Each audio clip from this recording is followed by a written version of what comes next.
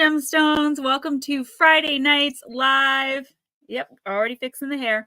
Intuitive Oracle with myself and GhostDragonZW. As most of you know, we are celebrating tonight. We are celebrating 3 years of the Gemma Jade YouTube channel, which in honor of that, I'm going to change it to Gemma Jade Paranormal YouTube. And we are celebrating the birthday or I always call it the anniversary of the birthday, the day that you were born. I don't know, because I'm weird, of Sir Ghost Dragons. And there he is, one of the loves of my life, my son, Damien B, in the house for Mr. Ghost Dragons here. Let me say hello to everybody. You guys really turned out for him today. Messages on Facebook and gifts and just wishing him happy birthday in general, coming on here and in the community tab. You guys have been so incredible. It was so cool to watch you guys show up for him, just like you all did for me on my birthday, which we also streamed on my birthday. Lotus Girl says, happy birthday, Ghost Dragons. Let's get this party started. If it wasn't for Lotus, we may have had some issues, because she messaged me and she's like, where's the stream? I can't seem to find it. And I'm like, oh my gosh, I forgot to put the stream up. I have been so busy, guys, from a 12-hour workday cut down to a 5 or 6 hour workday overnight. It's really hard because I would work 10 and a half or 11 of those 12 hours. So that was my workday.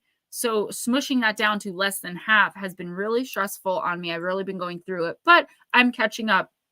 RJ had off school today, and instead of doing half and half a day, Ray took him for the entire day, which I thought was really awesome. I was able to sleep a little bit later than normal. I got up at like 9:30, and I was able to work literally the entire day. I stopped to eat and watch 20 minutes of shorts. So definitely appreciate that. Arisha says, happy birthday, Vera. Ray, Nightmare wants to know, Ghost Dragons, let's just bring him in here.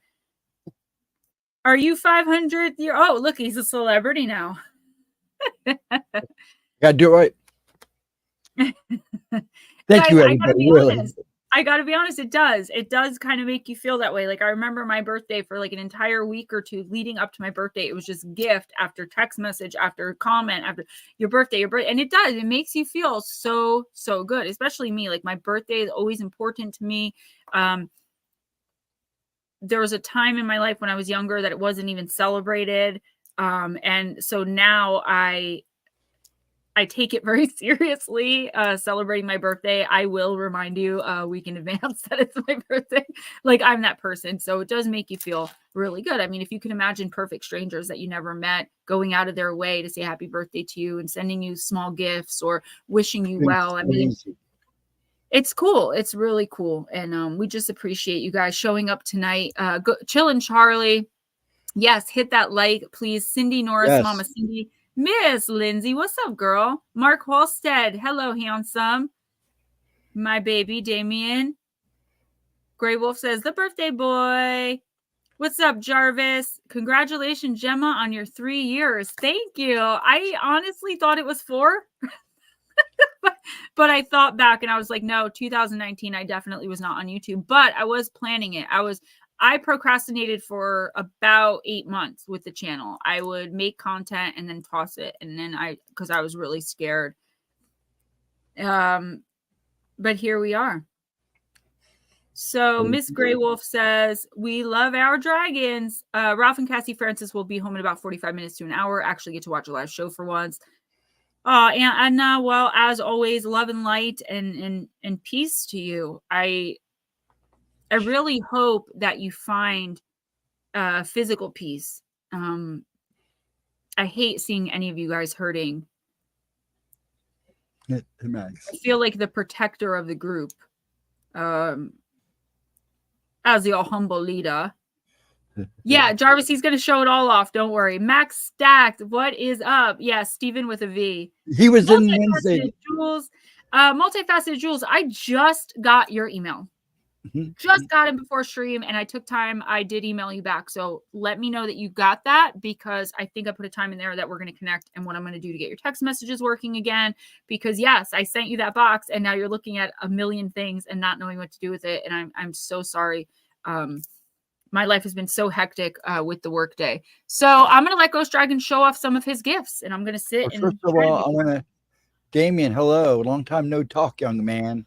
Take me to your leader, Gemma. We protect you. Yes, you guys do. You guys really, really do. You guys are such a huge part of my life. I don't know what I would do without you guys. I really, really don't. I don't know where my life would be if I didn't have you guys on YouTube right now. Hello, Mom.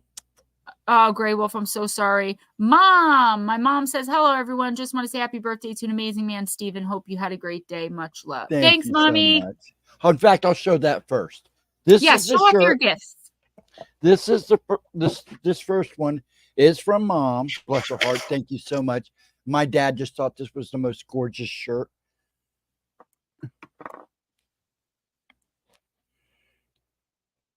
It is beautiful. My dad was like, that is so cool. I got to paint that.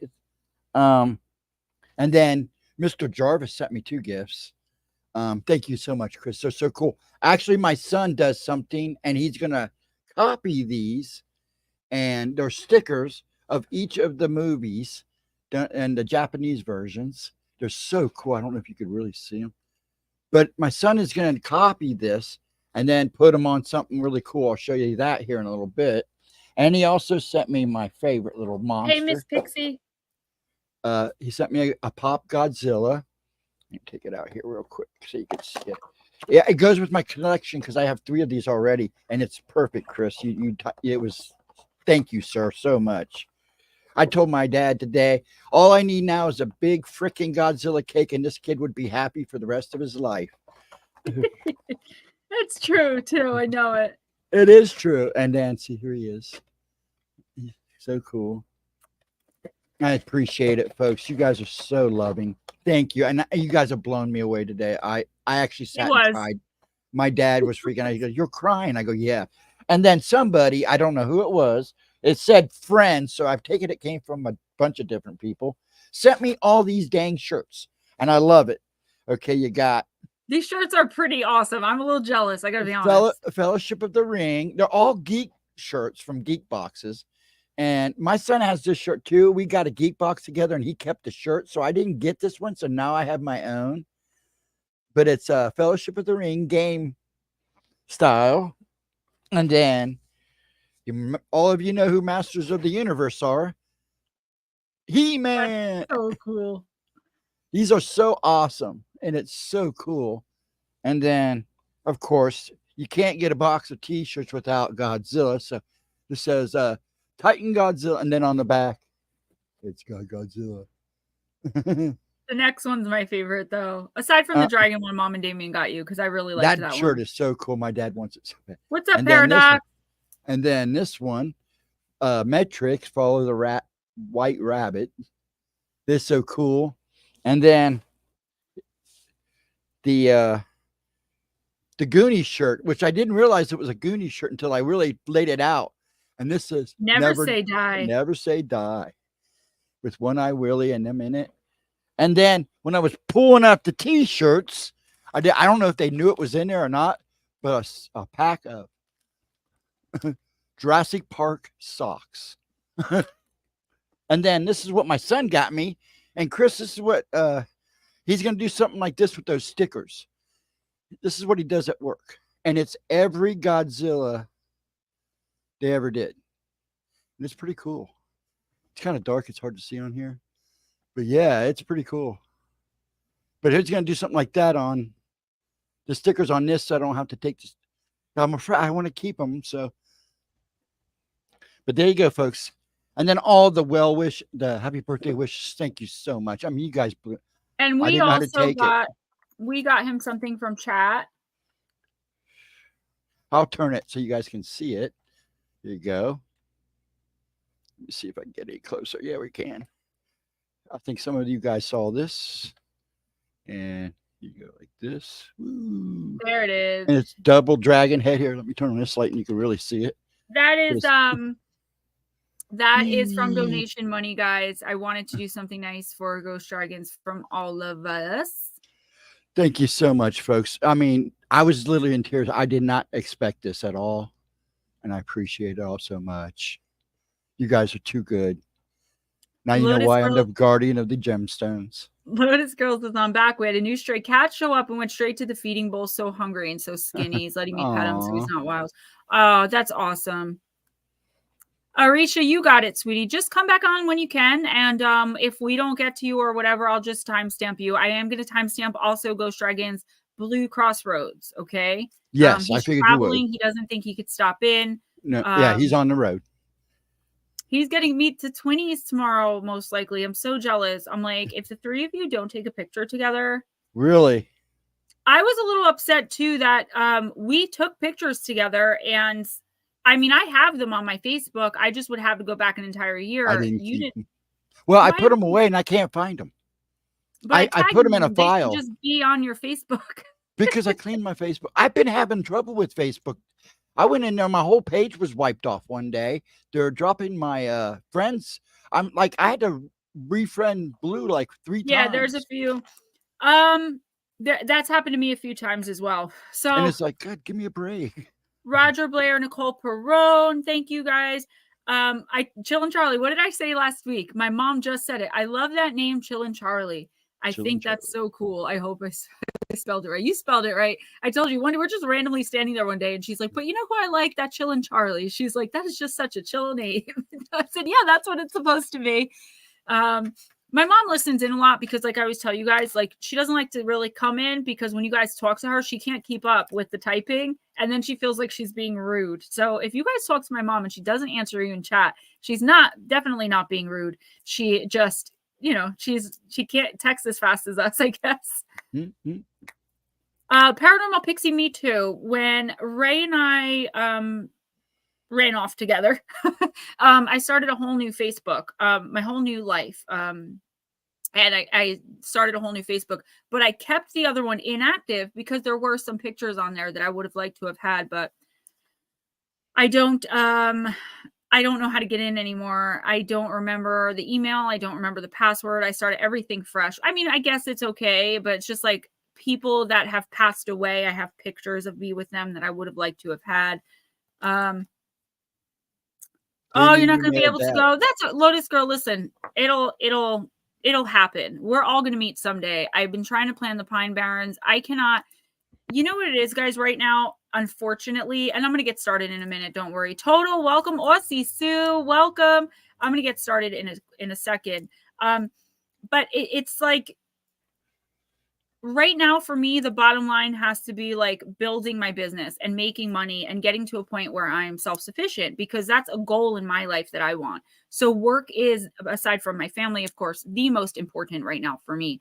But once I get there, and trust me, I am almost there, guys. I did so good. I killed it this month with my other job. With, I'm able to say that I am a writer and I get paid to do what I love, to write. And then you guys keep me going with YouTube. But once I get to that spot, once I hit that sweet spot, then I'm going to start planning trips and meeting people and doing all that kind of stuff. I think getting us together, it's going to be like a ley line forms. Like if we get 10 or more of us in one spot, we are going to do some, I don't want to say damage because it's going to be like light. Let me show you guys my new ring. So cool. That is just too cool. It is dyed. It's howlite, but it's dyed. You guys know blue howlite is turquoise. If you can see, this is red. I just thought it was cool. I don't normally get dyed gemstones because I feel like it takes away from the value, but it was just so pretty. And I love a good deal. So let's see who else came in, and then we'll get started. Damien, I actually saw a YouTube short lately where Mark Zuckerberg was talking about when he used to be human. Like he accidentally, it was like a Freudian slip. It was a Freudian slip. It was hilarious, and he recovered quickly, but people are still pretty suspicious. And he does, I mean, let's be honest, he does look a little reptilian. Smoochy, what's up? Yeah, it's a Gemma Jade meet and greet. I'm going to set it up. I'm going to do Power Unity and meet the Ghost Brothers, Dave Schrader, and Chip Coffee. And my mom and I are so excited to go and do that in November. And then I should do something like that. Once I get a little bit bigger in the community, I'll be invited to things like that, to do meet and greets and to do, I mean, I'm really looking forward to it. Don't worry, Damien, you're going to be with mom wherever I go. Me, you, and mom. He calls my mom as well. She raised him. So it's me, him, and mom. He has 2 moms. God bless him. And you're just going to be my bodyguard. I mean, you're a big kid and nobody's going to mess with me. you had to see this kid. Like, if someone even looks at me cross-eyed, here comes Damien out of the clear blue nowhere. Didn't even know he was home. Stepping between me and the person. Respect, Damien. Respect. I'm like, Damien, what was that? I'm like, I was talking to that person, and he's like, nope, didn't like the way he looked at you. Okay. But you gotta love it. That's my baby. And I know he's almost 19, but all right. So let's just get started. Who's first? Take a good guess. She messaged me. She's like, I gotta be first. You know that.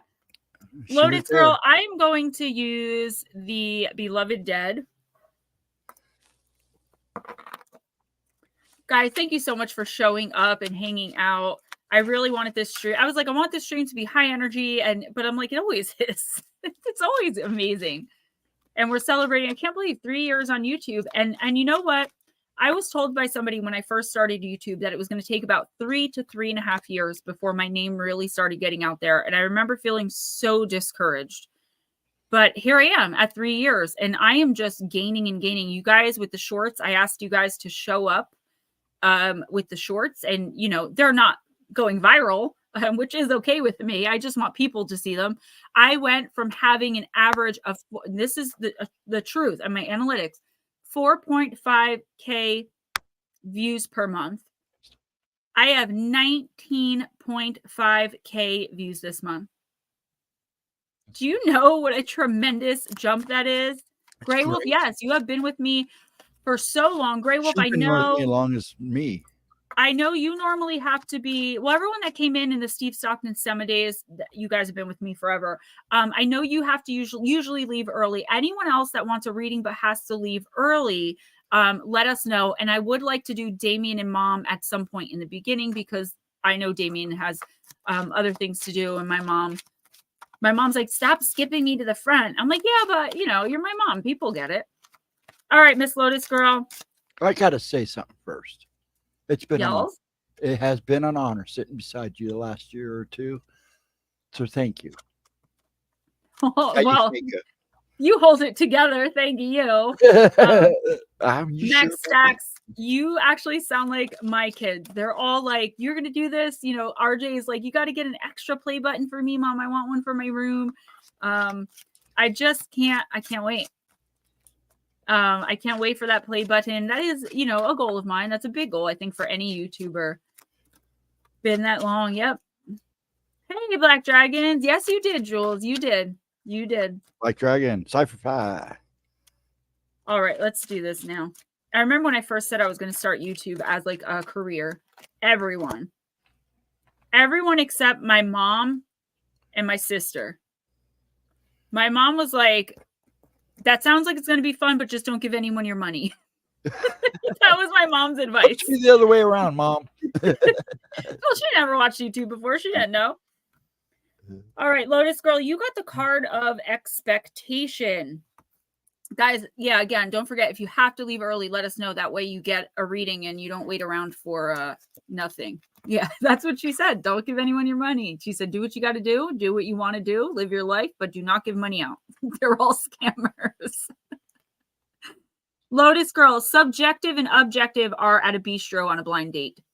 They've just ordered some raw oysters and are getting to know each other better. Subjective blissfully believes that whatever one thinks and hopes in their heart of hearts will come true.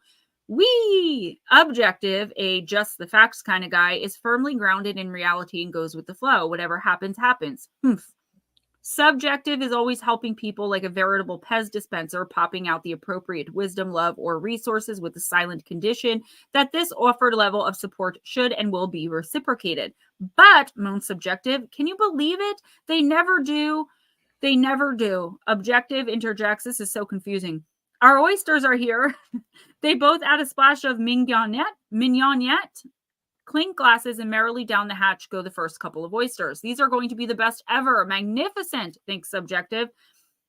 There are sharp shards of shell in my mouth, observes objective. Geez, despite glowing reviews for this bistro, as it turns out, it's the night off for the A crew, and the B crew, for some reason, didn't clean and prep the oysters properly. Subjective's mood has darkened, now observing a face that looks like a smacked backside. Objective asks, what's wrong? Nothing, snaps subjective, firmly believing that objective should just get it, understand, and be more compassionate about the beach in her mouth and the sinking feeling in her heart. Listen, guys, our partners, our friends, our family should not have to intuit what we're thinking, needing, wanting, and feeling. We need to be able to vocalize that. Her evening is now flooding with disappointment and outrage. Clearly, subjective has expected more from the date, the bivalve mollusks, and of the universe. Subjective deserves more and thinks, that's 2 hours of my life I'll never get back. Objective gets the oysters taken off the bill and is thankful for a night out and away from work. Whee! This is a cautionary tale that expectations and sometimes blind dates and perceptions about people, places, things, and events will always manifest as you mote it to be. Expectation reminds us that life is in a perpetual state of flux. Like a curl in the middle of your forehead, it doesn't always behave the way it's been told. Nobody's perfect. People screw up. Everyone is unique with their own hardwiring. By all means, set goals and high standards for yourself, but also ensure that they're very realistic. When setting goals, both complete success and total failure are unreasonable expectations. All you have control over, Lotus, is your preparation, self-control, discipline, attitude, and dedication to giving 100% of your ability. If you've been held to someone else's impossibly exacting standards, well or ill-intentioned, spoken or unspoken, this could affect your expectations or self or others. Expectations of self or others. The beloved debt of expectation says, be kind, flexible, trust in your own ability to hit the ground running no matter what happens. Use this divine affirmation. I'm a great work in perpetual progress. That was a lot. Luisa's live. What's up, girl? Anyone else that came in, if I missed you. Smoochie, we will not read for her instead of you. We'll read for her in addition to you. Okay. Smoochie's daughter, Rachel.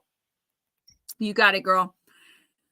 Lotus, there's a lot here. This is a lot to unpack. I'm going to say what I just said. I'm going to repeat it one more again. No one should have to intuit our wants, needs, feelings, desires. We need to be able to verbalize and express those as gently as possible, as exactly as possible, right? I used to do that where I would be like, how does he not know that I'm upset about that? Maybe he just doesn't, you know? And Damien's dad was pretty clueless when it came to that kind of stuff. There's something here that I think you've been wanting to do for a while now, whether it's a very, very long-term goal or something that just kind of came to you and you started working on it and then you had to stop. And I feel like there is this expectation there of either complete success or total failure. And what the universe is saying is, first of all, if you're not actively working towards it and for it, you should expect failure because it's not going to come to fruition. Stop putting your dreams, your goals, and things that you're looking forward to doing on the side. For any reason, if you find 5 minutes a day to work on it, Lotus, that's enough. That is the effort you're putting in, the energy you're giving to it. And even if the universe just gives 5% a day, guess what? That's more than nothing. You're still putting it out there that you want this to be done and you want more time to focus on this. Now, the last thing I got off this card in your particular situation, I feel like you're finally standing up for yourself and enforcing boundaries and making sure that people understand you are who you are. You're a grown-ass woman. You make your own choices and decisions. And if they're not okay with that, that's fine. You don't have to argue. You don't have to fight and be rude and block people and hang up and yell and scream and cuss and all this stuff. All you have to do is say, well, I guess we're not simpatico anymore. Our energy doesn't match. One of us is vibrating a little higher than the other. If this person is stuck in their old ways and not willing to change, it doesn't matter who they are. If they make you feel like your energy is toxic, when you feel toxicity around you, when you're around them, it is okay to get rid of them. You can ghost them or you can come out and verbally express your expectations going forward in that relationship. Okay, you ready? Sorry. Now the kids, now my daughters and everybody and the ex all are texting me now. It's okay. I think one in Kansas is trying to call, but I'll talk to her later. Let's go ahead. You want to do Arisha? She's still here. Did she have to leave? I think she said to skip her, but I don't know if she wanted me to skip her because she didn't want a reading or because she had something to do. So let's wait until because sometimes people need to digest the personals they receive, and she just got the October personal. Oh, so okay. sometimes I don't know, and I don't want to overstep. Multifaceted Jewel says, by the way, Ghosty, you're looking exceptionally handsome and dapper this evening. Yes, you sure are, sir. I told him that. Before stream. Oh, did you guys see my earrings? I love those little. No. I gave 2 pairs to my sister. I put a pair in my daughter-in-law's birthday box because those gift box I send to you guys, I give to my family as well for gifts. I got her a beautiful Phoenix Rising Swarovski crystal necklace. It was so much prettier like in person when I finally got it. So I'm excited about that. But I got a bunch of these. I got to get more though because I've already given most of them away, but they're just so adorable. I think everyone should have them. I love my gnomes. Yes, she does. Yeah, Damien. My bed. I have to send them to her. Lara, thank you very much for bringing that to my attention because I did not see it. She said Guerra said he needs to leave early. All right, total. I got you. Just give me a minute. Peppa, welcome and thank you. She was here today. She loves them. Oh, Carol. Damien says, toxic people who refuse to change have ruined a lot of relationships for me. But you know what, baby? That's good that you understand that they've ruined the relationship. Exactly. I'm really proud of you for that, Damien, with the way that you are. Like, if somebody is an a-hole or toxic or any kind of terrible, Damien just doesn't deal with them. And I don't know how, like, at such a young age, like, I wasn't able to do that. I wanted to please everyone. I wanted everyone to be happy.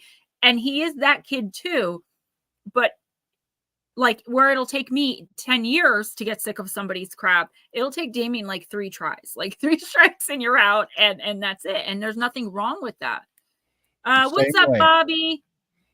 Mom says she's glad you're here. Let me read for total in place of Arisha, and then I'd like to do Damien and then move forward. I was just going to say you can do those 3 next, and then we'll get right back into order. Total, I'm going to use. Looks like Deep, Dark, and Dangerous. I think I might have used this one last time too. Toxicity destroyed my marriage. She became toxic after having my kids. Yeah, and people change. And you have to remember, when you're just dating someone, what's up, Melissa? It's like a job interview, right? You want to be your best self, and you have to really be careful.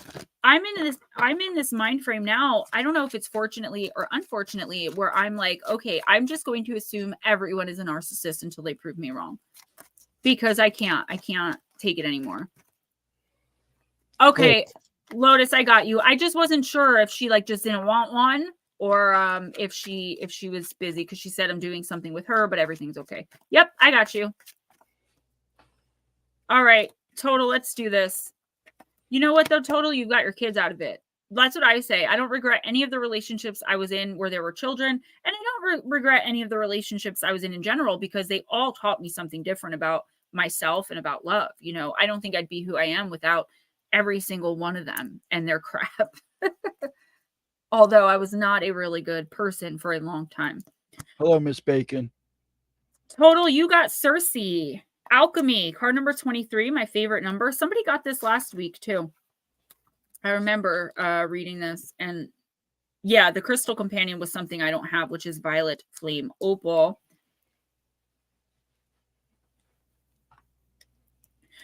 Total, you are the magic. Be your own alchemist.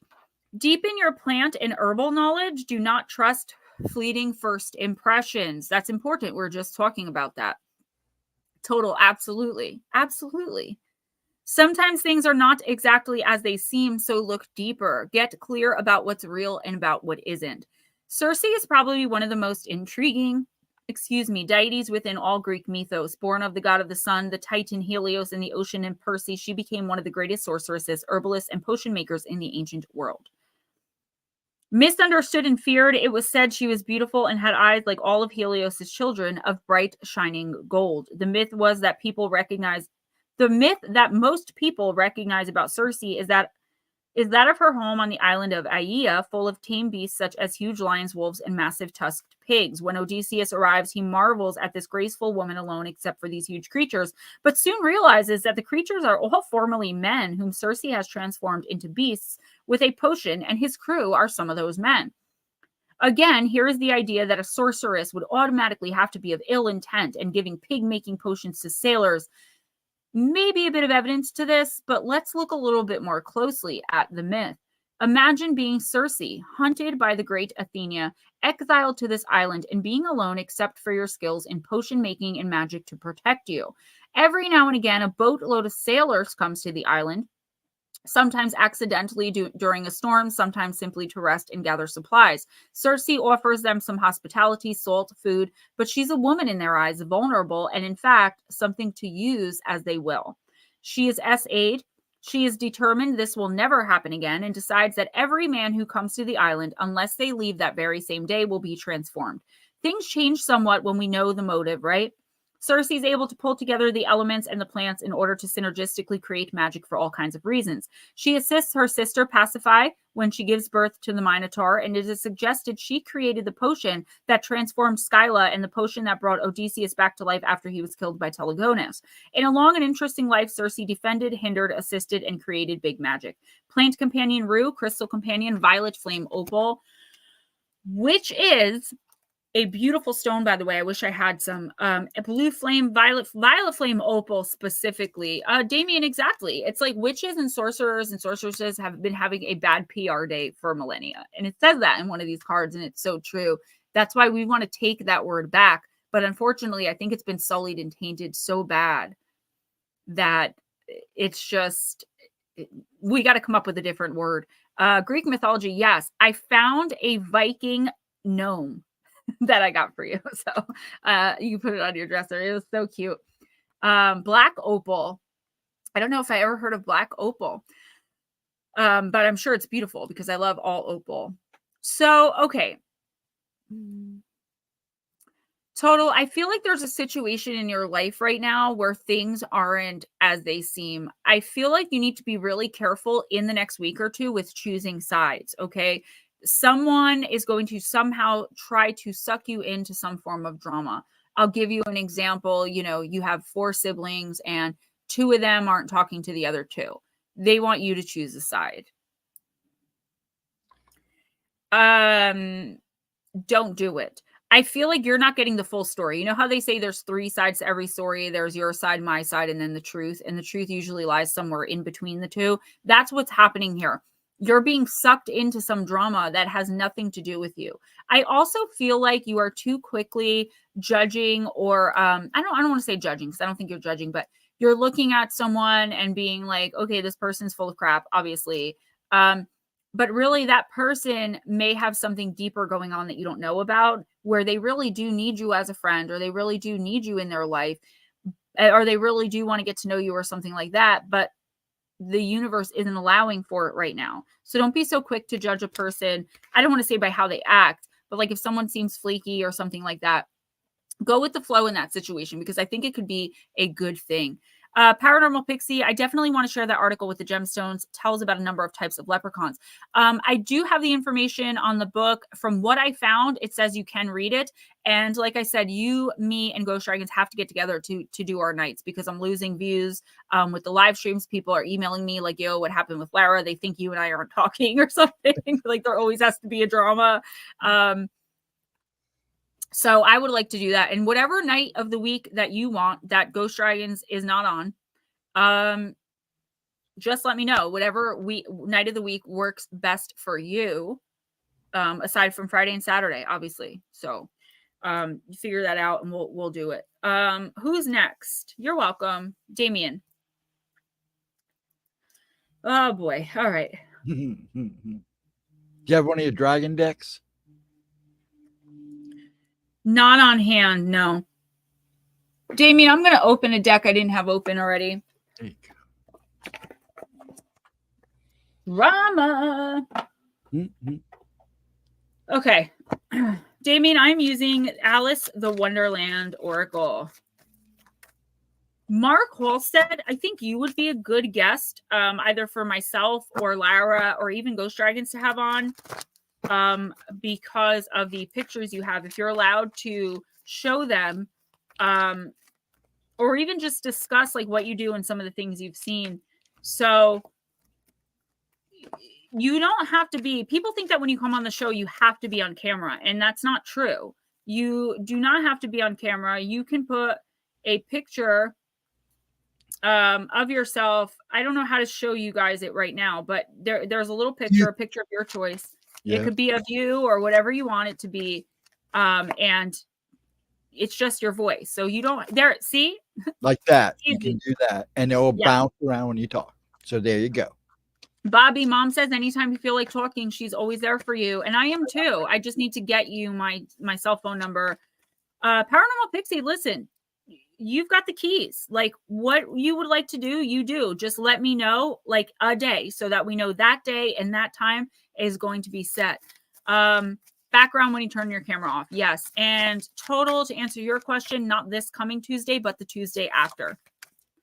That's the next afternoon talk. Pixie, I think you do great with guests. And then I'm doing Wednesday nights from 10 to midnight. Yeah, and we got Fridays, and then you're doing Saturday replays. Yep. And then I may pop on every so often on a Friday night after stream. Well, you're able to get on whenever you want. I want to make Lara more self-sufficient, but she doesn't have the equipment right now, which is the issue. So we'll work on that, though. We may be able to get something going for you, Lara. Actually, total, I changed it. It's 1 now. It's 1 p.m., not this coming Tuesday, the following Tuesday. All right. This is taking me a really long time. We've been on for almost an hour already, and I've done 2 readings. Damien, this is my favorite card because it resonates with me very, very much. And I'm glad you got this card. It's card number 35, Never Jam Today. One of my favorite cards out of all 200 of my decks is this card because it's so, you guys will see. Promises that never come to be, empty words, and not living in the now. You got it in the reverse position. It's card number 35. So hear this card out, okay? Paranormal Pixie, yeah, absolutely. And I know you have like the health, sometimes a health thing will come up, and that's fine as long as you just let us know. Yes. Damien, Alice couldn't help laughing as she said, I don't want you to hire me, and I don't care for jam. It's very good jam, said the queen. Well, I don't want any today, at any rate. You couldn't have it if you did want it, the queen said. The rule is jam tomorrow and jam yesterday, but never jam today. When the White Queen makes her outrageous statement that jam is for tomorrow and for yesterday, but never for today, Alice realizes that no one ever gets any jam. When this card comes to you, what can it mean? Well, it's likely that someone is making promises that sound like there's plenty on offer, when in fact, it's extremely unlikely they will ever deliver and come through with all of the wonderful things they're trying to attract you with. You see, when this card comes, someone is claiming they can do a lot of good for you, but whether they are offering a pay raise, a good time, or a commitment, it's not meant to be. The promise is never, ever delivered or enjoyed today. They exist on promises of a better future and the memories of a wonderful past, but they will never make good on their promises when it most counts, and that's today. Fortunately, Alice isn't at all attracted by the offerings of the White Queen. She literally does not want the jam, so she can't be manipulated. But those who do want the jam could be forever living in the hope that one day they'll get jam. Does this sound like a narcissistic relationship to anybody? Living on a false past and a promised future? But in the moment, there's just nothing but those two things. The fact is, it'll never, ever, ever happen. Listen to the person making you some rather wonderful promises or boasting about how much they can offer others. When will they deliver? Are they always talking about the past and planning for a wonderful future, but struggling very much in the present? If so, it's best to be like Alice and have no desire for promises that'll never be fulfilled. So in the reverse, it's being easily manipulated because you believe what people say rather than what they do, living off of promises and hopes, wondering if someone will ever deliver the payoff they promised you, fantasizing about tomorrow, and dreaming of yesterday. So, Damien, I don't know. This could be a job situation, but I honestly don't think so. What I think is happening here, it may not have happened yet. There is someone either in your life, honey, or coming into your life that is going to be, oh, Ghost Dragons, thank you. Thank you. Thank you. Thank you. Or that is going to be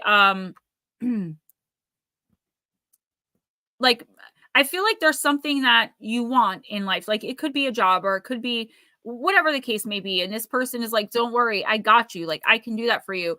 And you may be hesitant to believe them, but they talk such a good game that you could fall into the trap of believing them. But unfortunately, I want you, Damien, to follow your instincts when it comes to people, specifically in the next couple of weeks. Okay. If you feel like someone is full of crap, they are full of crap. That's the bottom line. Depend on yourself and the people you know you can trust. There is either a new person coming in or someone you already know, maybe on the periphery. If they offer you something that seems too good to be true, it is going to be true. I'm also a little worried because this sounds like a narcissistic trap that you could be about to fall into with someone that you don't even see it coming because the person seems so great and so wonderful that, you know, there's no way that they're not being honest. They're great. They do everything now that they say they're going to do. They're always there, or whatever the case may be. So you may not know what this is about, but in the next week or two, I want you to be very, very mindful about promises people are making to you. And I'm talking about people you don't know well, or people who have let you down in the past, or people who, you know, maybe you just met. Like for instance, you get a job and, you know, one of the managers is like, oh, don't worry, you're only going to be doing X, Y, and Z for that amount of pay for a little while. And I'm going to make sure you get promoted and all. And just hear it as talk. Just hear it as someone who likes to hear themselves talk. Like Dad used to say, just likes to hear themselves talk, and move on from it. Do not put your hope into someone that you don't know, or someone who is offering you something that seems too good to be true. I always tell you guys, if a house seems too good to be true, it's usually haunted. Yeah, you do. Damien says, I've got a good nose for BS. I'll keep an eye out because I have a few exes who sound like that. It's around the time they usually come knocking. Oh, really? Oh, really? Well, make sure they come knocking when I'm there. Okay. 2 moms. These girls don't stand a chance. These hoes ain't loyal. These hoes ain't loyal. Who's next? Did you just do mom?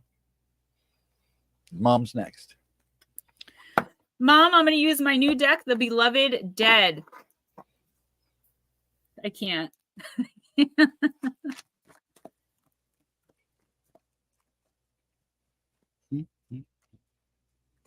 We all have that intuition on Mom's side. It's just something we're all born with. It doesn't occur to me that like some people don't have intuition like that. Like, you know, when I look at people and I'm like, how do you not see right through this person? And then I end up in the situations like I end up in too, and people look at me the same way, but red flags look green to me for some reason. Mom, you got the card of attention. Won't knock here, I'll knock them. That's what I'm saying. Tell them to come on a weekend where I'm there. All right, Mom, look at me, insists the precocious spirit of this card. She strives to be the center of attention and the subject of unwavering focus, seeking recognition, relevance, approval, admiration, and validation. Look what I can do. She tries hard, very hard, too hard. This sounds really familiar. Her conversations are aimed at you and through you, not to you. She's only interested in the sound of her own voice. Crazy, I just said that. At times, she'll even refer to herself in the third person. When she asks you for something with a warm, beatific smile, but cold, calculating eyes, be careful how you answer. If you can't further her hidden agenda, you'll become the big bad wolf, and she'll then unleash a tedious woe is me narrative. At the core of attention, there's a big hole in a funhouse mirror self-image that needs a lot of healing. The best way to handle those beasts of self-interest is to obey the sign on the cage. Don't feed the hungry ghosts. Attention at its very best also denotes repetitive spiritual activity. It defies explanation and is trying over and over again to get your notice. This includes finding dimes, seeing angel numbers. So crazy, RJ found a dime on the dining room floor today. Words or dates embedded in license plates, the same bird coming to your window, hearing numerous song lyrics or snippets of strangers' conversations that make a lot of sense to you or hit you in your heart. A loved one or spirit helper is trying to get you to pay attention, Mom, but are you present? Notice too what's happening around you, what you're thinking in that moment, and what's going on in your life. And energy is here to give you a heads up. Now, Mom, we know who this card is talking about. Someone who is completely and totally evil if you spill their soda on them, and who makes promises like in Damien's card, that we all know that they're not going to keep, but we just play into their little fantasy of being a good person until they mess up really bad, completely destroy our lives, and then 8 months later come back like nothing happened. Right? Max stack, Ricola. Be wary of this person. Be aware of them. Remember what and who you're dealing with when you're around them, and you're going to be fine. That way you don't get sucked into, like, because I pulled this card right after I pulled Damien's, I feel like it's the same person who is going to end up trying to pull both of you into the same situation and narrative. But because you know who it is, you know what this person's about, I feel like you got this. Just be really careful, because I feel like it's going to be very sneaky the way this is done, as it always is. On another note, someone in the house, you know, you have many spirits there, but someone is trying to get your attention, I feel, by... I see this a lot.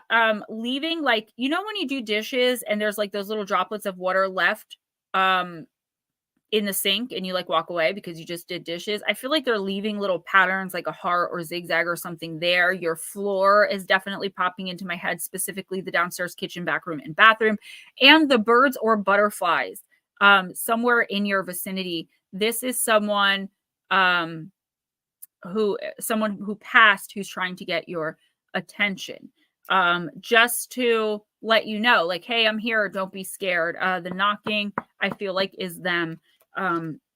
Just acknowledge them. You know what I do every once in a while? I only have 5 people. Let's see. Billy, Jeff, Gary, Steve, 4 people in my life that I've been incredibly close to that have passed away. And what I do sometimes when I'm feeling scared, I call out all of their names. And I'm like, yo, if you guys are here, like, I'm not feeling cool right now. That's what you need to do. Mention all of the deceased that you feel could be around you, and acknowledge them that they're there, Mom. Don't be afraid to do that, to talk to them out loud. Damien, it's just your ma. She's always scary, accurate, totally gifted. Thank you. Thank you. I do appreciate you guys so much. Mike J, beholds. That and a lot of other reasons are why I love her. You guys are making me blush. That's good. I talk to your mom a lot. She'll always be, hey, Melissa. All right. Anyone else that said they needed to leave early? Grey Wolf is coming up, so we'll just slide her in. And in fact, she's right after Cindy Moore. So your next person is Chillin' Charlie, then Cindy, okay, then Grey Wolf.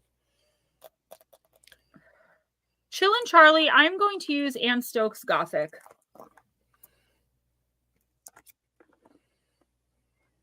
I got these really cool Spider-Man nails. I'm so excited about it.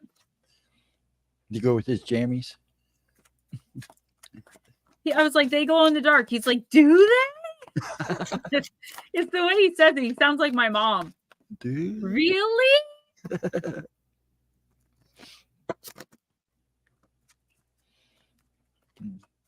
Guys kill me. Us empaths, us light workers, we are having a hard go of it. The Mercury retrograde threw everything into a tailspin for a lot of us. And it's not just 1 or 2 people. It's everybody. You guys wouldn't believe. I have a text from Tracy Tritton I want to read to you guys. She's asking for prayers, and it's just horrific. But I want you guys to know, that's why I've been doing those shorts and really trying to keep them positive.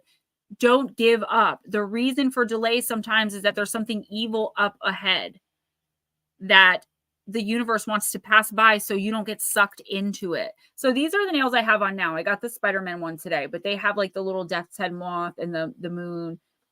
There were some that had like the diamonds on them, but I don't like those because I run my fingers through my hair a lot. They get caught in my hair and pull my hair out. Louisa's Life, I'm just saying, they have amazing like 150-piece nail kits on Temu. I got some really comfy sweaters today. Okay. Anyway. The power of 3, Chillin' Charlie. So let's see what this is about. There are 3 wolves that are so beautiful in this pic. These, I love Anne Stokes. She's an incredible artist. Got to give it to her. It's the card of cooperation. Mark Hall said, I'm having issues too. Just the smell of fall is putting like relapse vibes into my head. 3 wolves take their places around a young woman. All 4 of them are poised and ready to jump into action. The symbol of the triquetra has been etched into the ground before them, meaning the power of 3. I didn't know that's what that meant. While the power of 3 could refer to the help of the 3 wolves, the woman's familiars, it signifies any kind of cooperation or teamwork. Each member of the group has their part to play. Like the cogs in a machine, things will work less effectively if one of them is missing. If you have drawn this card, Charlie, it means that the team is of great importance. You may be able to help solve a problem or take on a new responsibility alone, but do you have to? Sometimes jobs can be more enjoyable when we share the experience with others. Are you carrying your Are you carrying your workload and doing your part? Are others shouldering responsibilities that you should be dealing with, or is it someone else who has become lax? The power of 3 reminds you of the strength of the group and not the individual. It is often where we all join together that great success happens. Charlie, I do feel a sense of isolation with this card where you could be feeling, like I love fall too, Max. So Charlie, like a lot of us, we isolate. We're extroverted introverts, right? I always tell you guys, like, if you met me in person, I'm kind of not as outgoing if I don't know you. If I know you, that's a different story. But if I don't know you, I'm definitely not as outgoing as I am as you see me on screen. Same person, same energy, just not as much, right? Not as loud and in your face and clicky. I feel like, though, you're going to be going through a phase if you're not already. And I do say a phase because it's not going to be very long lasting, where you feel like Nicole, I'm a maiden, mother, and crone. But the maiden's usually pregnant, so there is a baby there. I feel like you want some company. You want to be a part of something, but you haven't quite found something yet. Keep looking. There is something out there, a group of people, a team, anything but a cult, right? That needs you, that you can contribute to positively and feel good about yourself. I feel like this is the universe urging you to get back out there. Okay. Take chances. Do what makes you happy and get back to finding your path. You had to take a time out. You had to get yourself together. You had to go through some stuff and learn a lot of things, but get back out there now, older and wiser, and no more worse for the wear, better equipped to handle the world. Girl, I got you.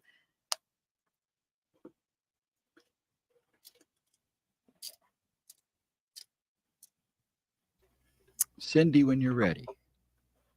I know I showed you guys, but this is the new merch shirt. So this is the front.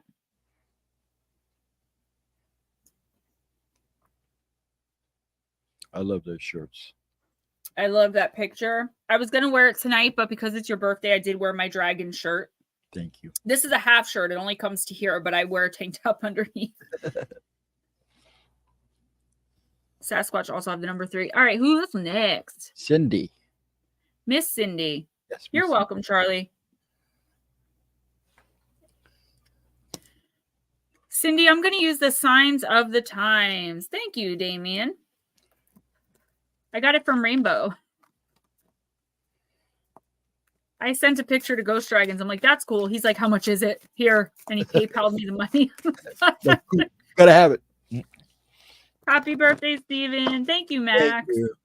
Thank you it's so also much. My channel's 3rd birthday. Isn't that crazy? Yes. Well, it was 2 days ago, my channel's 3rd birthday, but Yeah, close enough. I think that's very synchronistic. That's why he said with V, because he was in here Wednesday night and spelled my name with a PH, and I go, no, real Steve, spell it with a V. I'm trying to think. My friend Steve. Yeah, I can't remember. Some do and some don't. Because I always that's say, like Mark with a C or Mark with a K. I always say I'm not a Stefan, I'm a Steven. I like the name Stefan. As a New Englander, Gemma, that shirt is effing killer. The cat. Thank you. Happy birthday, Steven. Thank you very much, Kat. Cindy, you got the card of peace and harmony. Right on. Card number 12. The peace sign is one of the most universally known symbols of peace. You are now entering a phase of leisure, unity, and harmony. Life is good, and you are experiencing a period of smooth sailing. It is important to be present to truly appreciate and enjoy these moments. You're encouraged to embrace ease and this feeling of oneness. People may be easy to work with, and plans go off without a hitch. This card also speaks to your relationships improving, allowing you to be light and playful within them. When referring to the ups and downs of life, this card is a great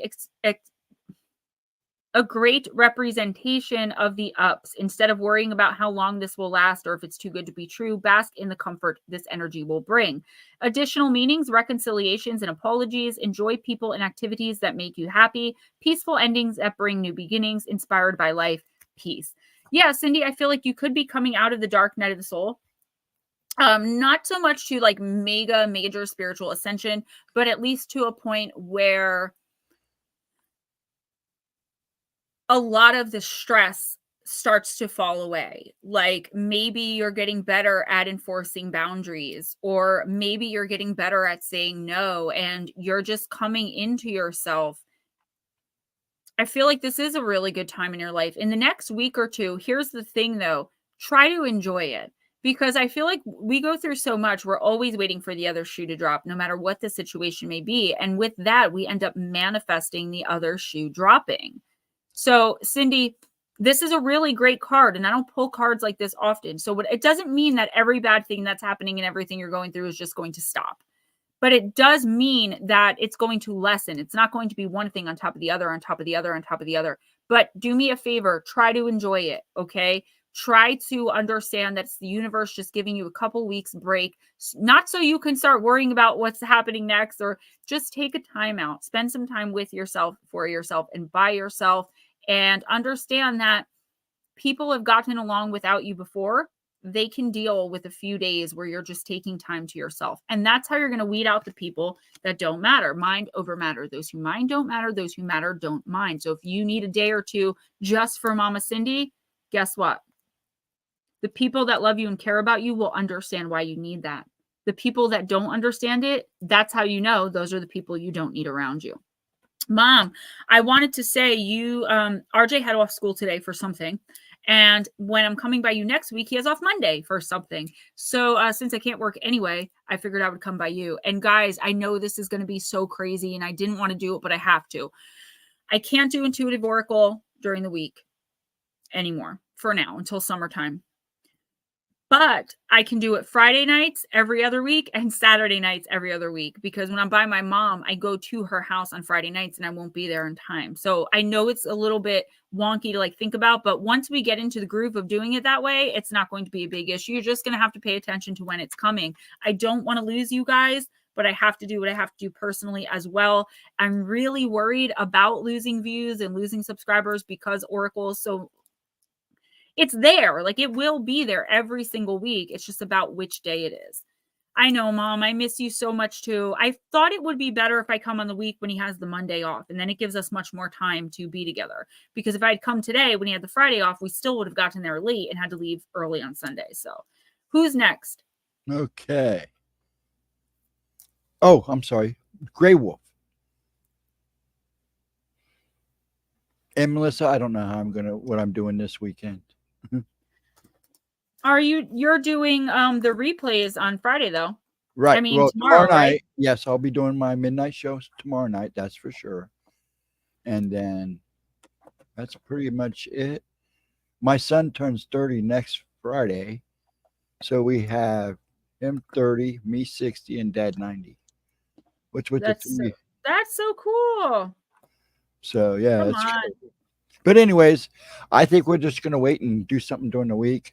Most of my friends are out of town, so I might wander off a little bit before stream Saturday. If I come in a little goofy looking Saturday night, you'll know why. You guys are so sweet.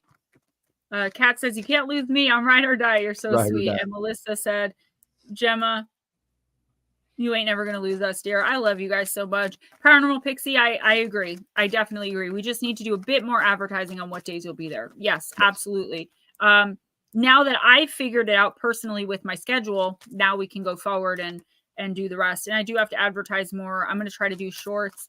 This Sunday, we're talking about, this Monday, I'm sorry, messages from the beyond. Spirits leave messages on answering machines? Guys, Arisha came up with a really good idea, and Lara sent me some another channel that does what Arisha said that she would appreciate, what I can do. She wants me to talk about spirit, and she wants me to talk about my methods and just everything, right? But the thing with that is I spent my whole life not talking about it. And I have no issue talking about it. You guys know me. I can ramble and talk, and that's it. She's a Gemmite for life. Love it, love it, love it. Yes. Gemstones unite. I love you guys.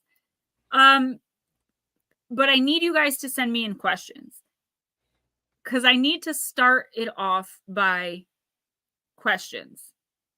Like, I need to be like, okay, I got this question. Let's start here. And I can talk for an hour off of 5 words, but I need that initial jump start. Mark, no, she lives like an hour and a half away. And with my situation, I'm not able to leave until late. So we usually don't even get to our house until 11 o'clock. The whole time we would be doing Oracle, I'm packing and traveling. But like Lara said, I think if we advertise it, once we're doing it for 2-3 months, it'll be just the norm.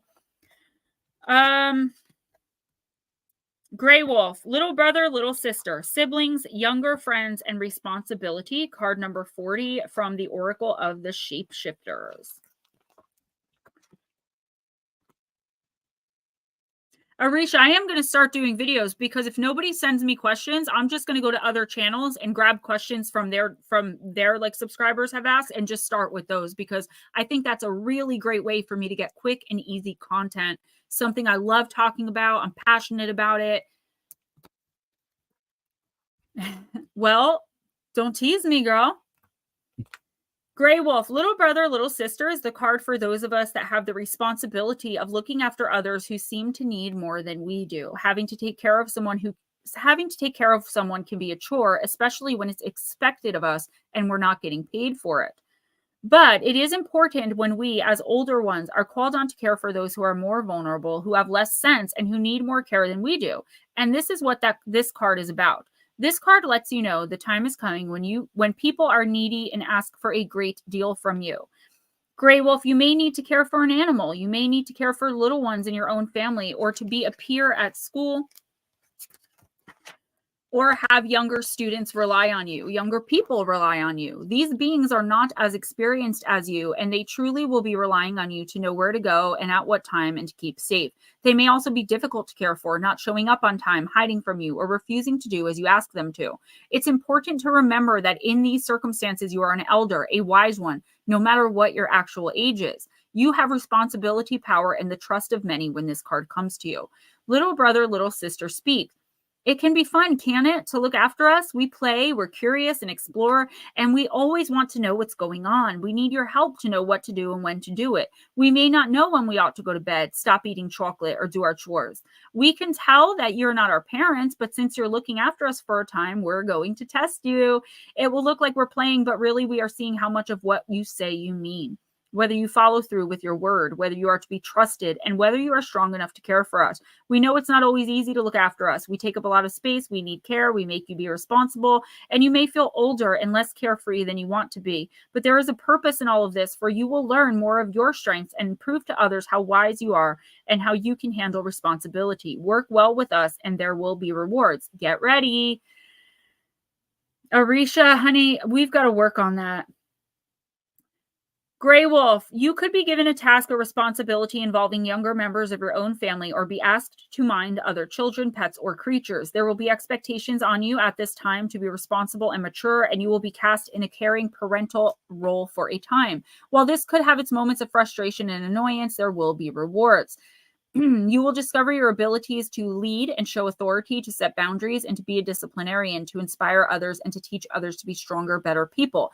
At times, there will be much joy, laughter, and sweetness because of the funny things that take place. At other times, you may feel your temper thinning and anger ready to explode. This is a time of great learning for you, too. As you grow into a role you may not have asked for, you show how strong you are. You may also make a sacrifice for a younger person and take up a duty, chore, or burden that did not fall to you in order to spare someone else.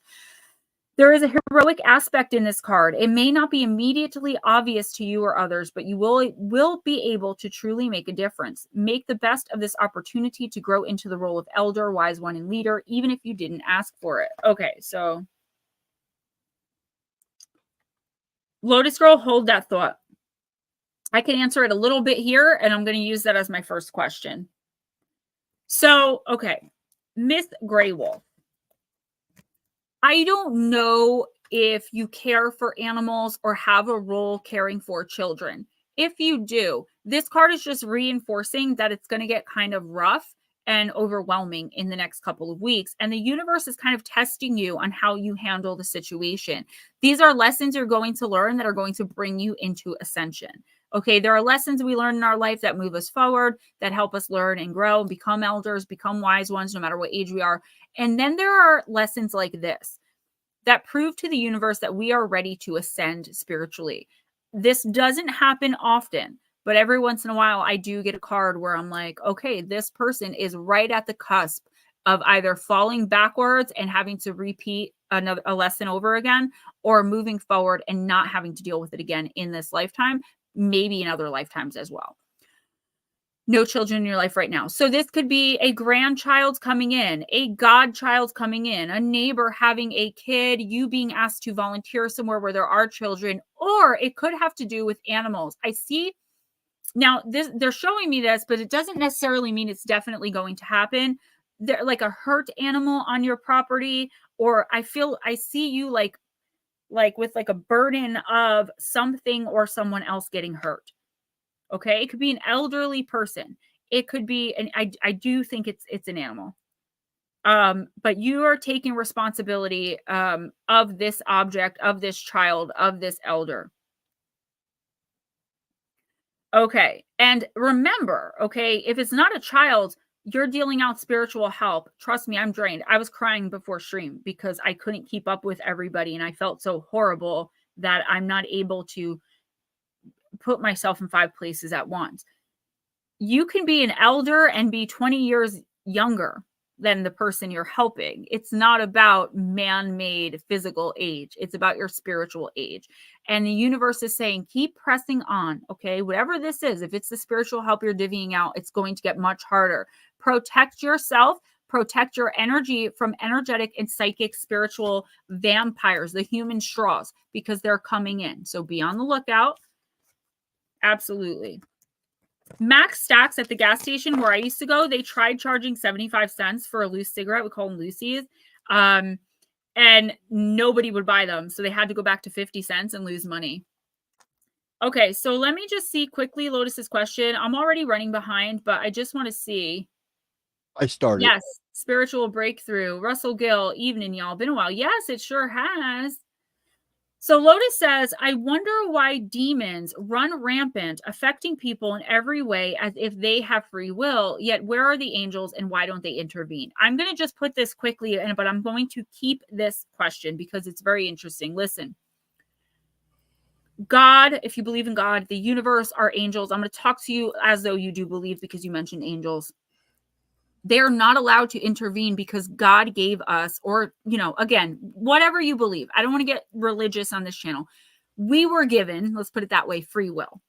And the entities that work for the person or the universe that gave us this free will, they are not allowed to get involved and interfere unless they are asked. And even then, there are stipulations. I don't know what they are because I'm not one of them. Nothing can ever interfere with free will. This world does not belong to our higher power. It belongs to the devil, his demons, the lower vibrationals, okay? This world is the hell. This is their world. That's why we are called to give ourselves to a higher power so that we can be more protected.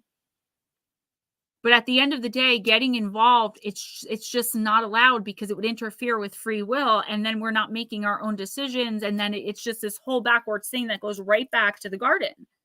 I will explain more in a video. That is a fantastic question. I have tons of research on that. And I can't believe you asked that because I was just watching a video where someone was talking about that today. I don't like getting religious on the show because it does turn a lot of people off. I don't mean to. I am a devout Christian. I love Jesus, but I don't need everyone around me to feel the same way. I know what I know, and that's fine. But some people get really turned off, so I have to be like really careful. It's hard. Okay, I'm sorry. Who's next? You're on mute. Sorry, Rush. Chris Jarvis. So how cute was Mom, if you're still listening, how cute was Miley Cyrus's song, I Used to Be Young? Have you heard it yet? It reminded me so much of me. I did a short, and I don't know how shorts work. I just started doing them, where I belted it out and it sounded perfect. I did it like 40 times. I was so happy with it. I pressed play and it turns out there's no audio. So it just looks like I'm lip singing to I Used to Be Young by Miley Cyrus. But I'm like, you know what? I like it. I did Summertime Sadness. I'm just having fun with shorts, guys, until I find my niche. I am going to do love readings for October. All right, Jarvis, let's see. Spill the tea. Card number 43.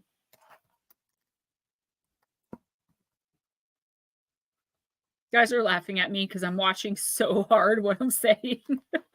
It's hard. It is. I don't want to be offensive and I don't want to put people off and I don't want to bother anyone. You know what I mean? I don't want to rub anyone the wrong way. Yeah, you do. Jarvis, we love a good tea party. Peroops. Your tea has been spilt by another. Secrets and rumors have a way of flowing out like Georgia sweet tea. Hotter ice, they grow stronger the longer they brew. Now is the time to get ahead of it, accept it, and move on. Even a tea party has an end. If you know your own truth, then it doesn't really matter what manure is spread on your proverbial lawn. Take this as a teaching moment to grow rather than simmer and rethink your circle of quote-unquote friends.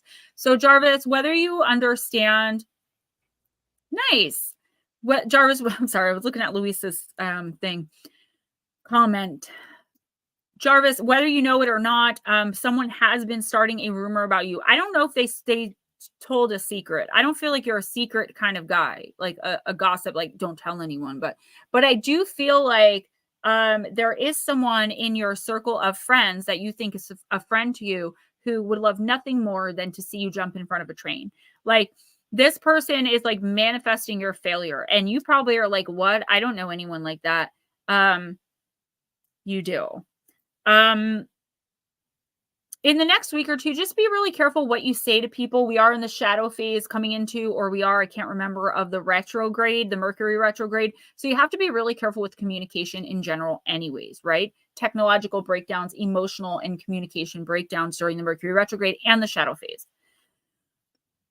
Just make sure you're very clear when you speak to people, okay? Don't leave any room for like misinterpretation of the things that you're saying. I do feel like there's someone just waiting in the wings, like for you to mess up or to spill your tea, but it's not actually your tea because they're just making things up. I don't feel like it's really going to affect you much, except that, you know, if this is someone that you think you can trust and they're talking poop about you, it's going to be a little hurtful. I mean, you're only human, right? Just watch what you say what you mean what you say, and then that's that. Don't leave any room for misconception, miscommunications. And if you get a bad feeling about someone around you, even if you've known them your whole life, rethink them because your intuition is super duper on point for the next 2 weeks. Okay, you ready? Vixen dough. Vixen Joe, got you. And Edna said, how can I chat about little people, UFOs, and Bigfoot and not respect others' beliefs? Do you mean and still respect others' beliefs? Listen, when it comes to that type of stuff, I don't care. I'll talk about it. It seems to be religion and politics that gets people riled up, leaving my channel and things like that. If you want to talk about those things, like, look, there's people who don't believe. Total Guerra does not believe in UFOs. He doesn't really think he believes in spirits, but he's a part of our chat and he's a gemstone. Why? He's an interested skeptic. The thing is, when it comes to religion, people get so triggered and so heated about it that it's like most people don't even know where I stand politically. And I'm a little extreme in my political beliefs, which is why I usually don't talk about it. But if you ever want to talk about that stuff here, go ahead and do it because everyone in here is basically on board. Now, if you're talking like your everyday life, honestly, I just talk about it. And even if no one around you is understanding, there's always going to be that one person that's either interested or that knows something. And that's how you connect as friends. Mom said, Yeah, I know. She said I had such a bad pain in my chest last week, left and noticed I was wearing the St. Michael's medallion my husband bought for me. I took it off and noticed I didn't have the pain again. Interesting. We may have to have that blessed either again or in general, Mom. I sent a blessed medallion to Orisha. I was able to get blessed fairly quickly with the St. Michael statue you gave me. I think the necklace is a protection, and the jinn or the bad spirit in your house probably doesn't like it. Let's get it blessed. I can have it blessed in a heartbeat. I have holy water here. We can do it. No big deal. Just remind me. I don't believe in humans either. I mean, what is a human? Oh, Orisha, I was having trouble finding a St. Michael statue, and then I found one, and I got delivered an empty box, which Amazon tends to do a lot. And I was upset, and I was in the mall with my mom, and I explained to her your situation, and she was like, "Oh my God, take mine." She was like, "Take mine." And so that was a gift actually from my mom, because she was like, there's, yes, the cat. That is my actual mom. I don't know how she got the name, and Damien B is my son. Neanderthals and beta humans.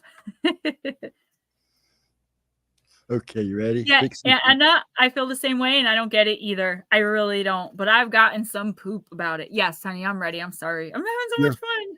Oh, you're fine. You're fine. It's just I don't want you having to rush at the end and freaking out because you're. You're not wrong. Okay, so let's do Vixen Doe. Vixen Doe, beloved dead. This is a great deck. And Orisha is next. Alrighty. We'll get it blessed, Mom. Don't worry about that. That's super easy. Yes, it is.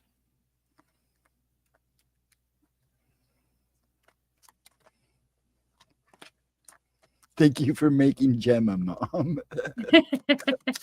Yes, thank you, Mom, very much. She definitely made me in her image. I look a lot like my mother. I look a lot like, as I get older, I feel like I look more like my dad. I think I said this on Tuesday, but I have my mom's olive complexion and dark hair.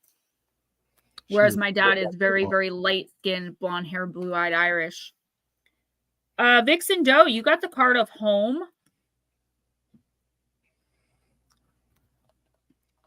General Contracting 101. A house is a structure with walls, rooms, and windows. Yet every house, whether an old or new build, has an energy, personality, and character that is seasoned by its history, landscape, building materials, the flow of the footprint in architecture, and the laughter and tears of its inhabitants. Then there's a sublime alchemy between those elements that turns a house into a home. Home has a heart. Home isn't a longitude or latitude, it's a consciousness. It's where you feel uniquely personal, deeply internal comfort and protection from the raging external. It's wherever you feel most alive or can let down your guard, be vulnerable, and be yourself no matter what.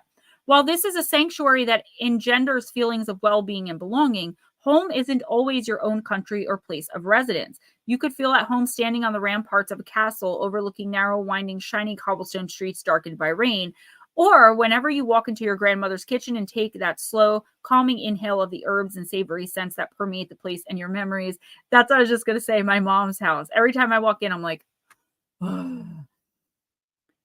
Home resonates with love and understanding. It's an oasis built on precious and less complicated moments. And in this space, time does its best to move backward and stand still. The beloved dead of home says that Vixen Doe, if you want to raise the vibration of your quote-unquote house, this is the example to follow. The Danish have a word, hijai, pronounced hugu. So I definitely screwed that up. It has no English translation, but it said the closest approximation is cozy. It hails from a long ago language and promotes a lifestyle atmosphere and aesthetic that comforts and consoles. There are also hugu props and ways to engage in coziness, lighting a candle or a fire, putting on an old scratchy vinyl, wrapping yourself in a soft blanket, or hanging crystals that scatter prisms of light around the room. Remember that home can also be a room, attic, shed, balcony, any nook or cranny that you can turn into your own hideaway, a power space dedicated to everything and anything that makes you unspeakably and deliriously happy and comfortable. So Vixen Doe, I do feel like you could be feeling in the next week or two, if you're not already feeling it now, like a little bit displaced. you could be reminiscing on, you know, those you've loved and lost. I feel like there could be someone purposely manipulating you about this. Like you don't realize, but they're planting seeds in your head for you to reminisce of better times. This is a very narcissistic thing to do. It's either that, or you could be feeling lost, like you don't know where you belong. And that's a really hard feeling, especially as you get older. So what the universe is saying is you can be at home at peace all by yourself in a one room of a house or an apartment, right? In a studio. Home is where you're most comfortable. So go to the space that you feel most comfortable, make it your own, take it over, vibrate your energy out into it, and never feel like you have to depend on someone else, which I feel like someone might be trying to make you feel like home is where this person is. And it's like, no, home is where Vixen Doe is at her best and most comfortable. I love being able to be myself. Unfortunately, I can't always be silly and goofy. I feel like I'm always mean and nasty and in my house sometimes. And I just want to be silly and funny and sing and but it just doesn't work out that way for me. But at my mom's house, I can be. I can just be me. So I feel like that's kind of like you're trying to find your way, your place, and the universe is saying your place is wherever you make it, whatever space you make. Yours is your home, honey. So don't feel lonely or lost or, you know, like you need someone else to feel safe in your own space. I love this ring. I love it. Smoochie, yes. Yes, we very much are. Who's next? Arisha.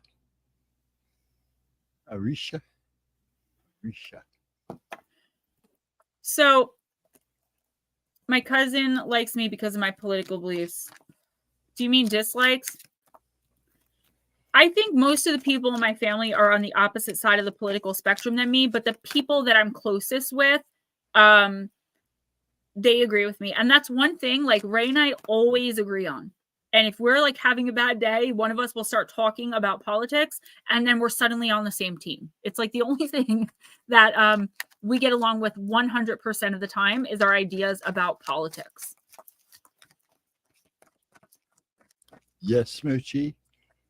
Hey to you. That's the ring I said I'd smack. They have a black one too, but it looked way too real. I know what RJ's going to say. He's going to be like, let's leave that on grandma's pillow and scare her. Yeah, that's the first thing he's going to say when he sees it, guaranteed. All right, Miss Arisha, I'm using the Fairy Tale Oracle. Did he give you your dragon back? No. That's in our town. It's ours now. It's not, you know, it's ours. It's a communal dragon. I was going to keep it here on my desk with my vampire gnome, but oh, Mom, Ghost Dragon's dad Pop got me you got me the two knickknacks that said like boo and eek. His dad got me not the same ones. They're completely different, but they say boo and eek in their knickknacks as well. So now I have a set. No, one says happy fall. Okay. Either way, yeah. I got the set. Okay, I'm going to try to do these quicker, but I can't help myself. I'm so excited to be like able to be Gemma right now. Arisha, you got Goldilocks. It's the card of entitlement. Kirby's 100. Hi.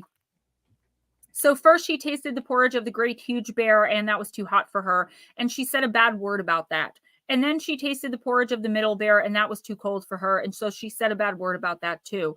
And then she went to the porridge of the little small wee bear and tasted that. And that was neither too hot nor too cold, but just right. And she liked it so well that she ate it all up. But the naughty girl said a bad word about the little porridge pot because it did not hold enough for her.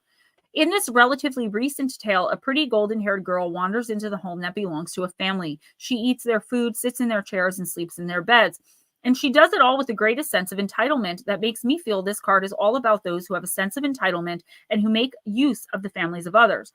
The selfish one who wanders into a private space and appraises it thoughtlessly.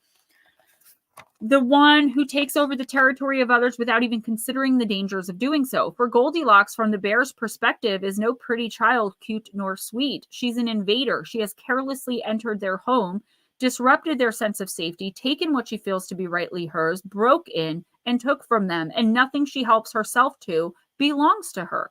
This tale is so well loved and remembered, perhaps because of its use of three over and over. In this way, it alludes to the law of three, that whatsoever we do, we send out and receive back to the power of three. There are three bears. They each have their own personal belongings. And this spoiled little rich girl who comes out of nowhere and leaves into the same simply enters and simply takes.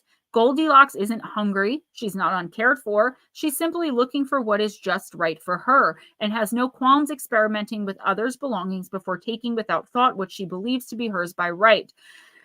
In her false security of being able to do this, she ultimately learns that this way of thinking and behaving is not safe, nor is it noble.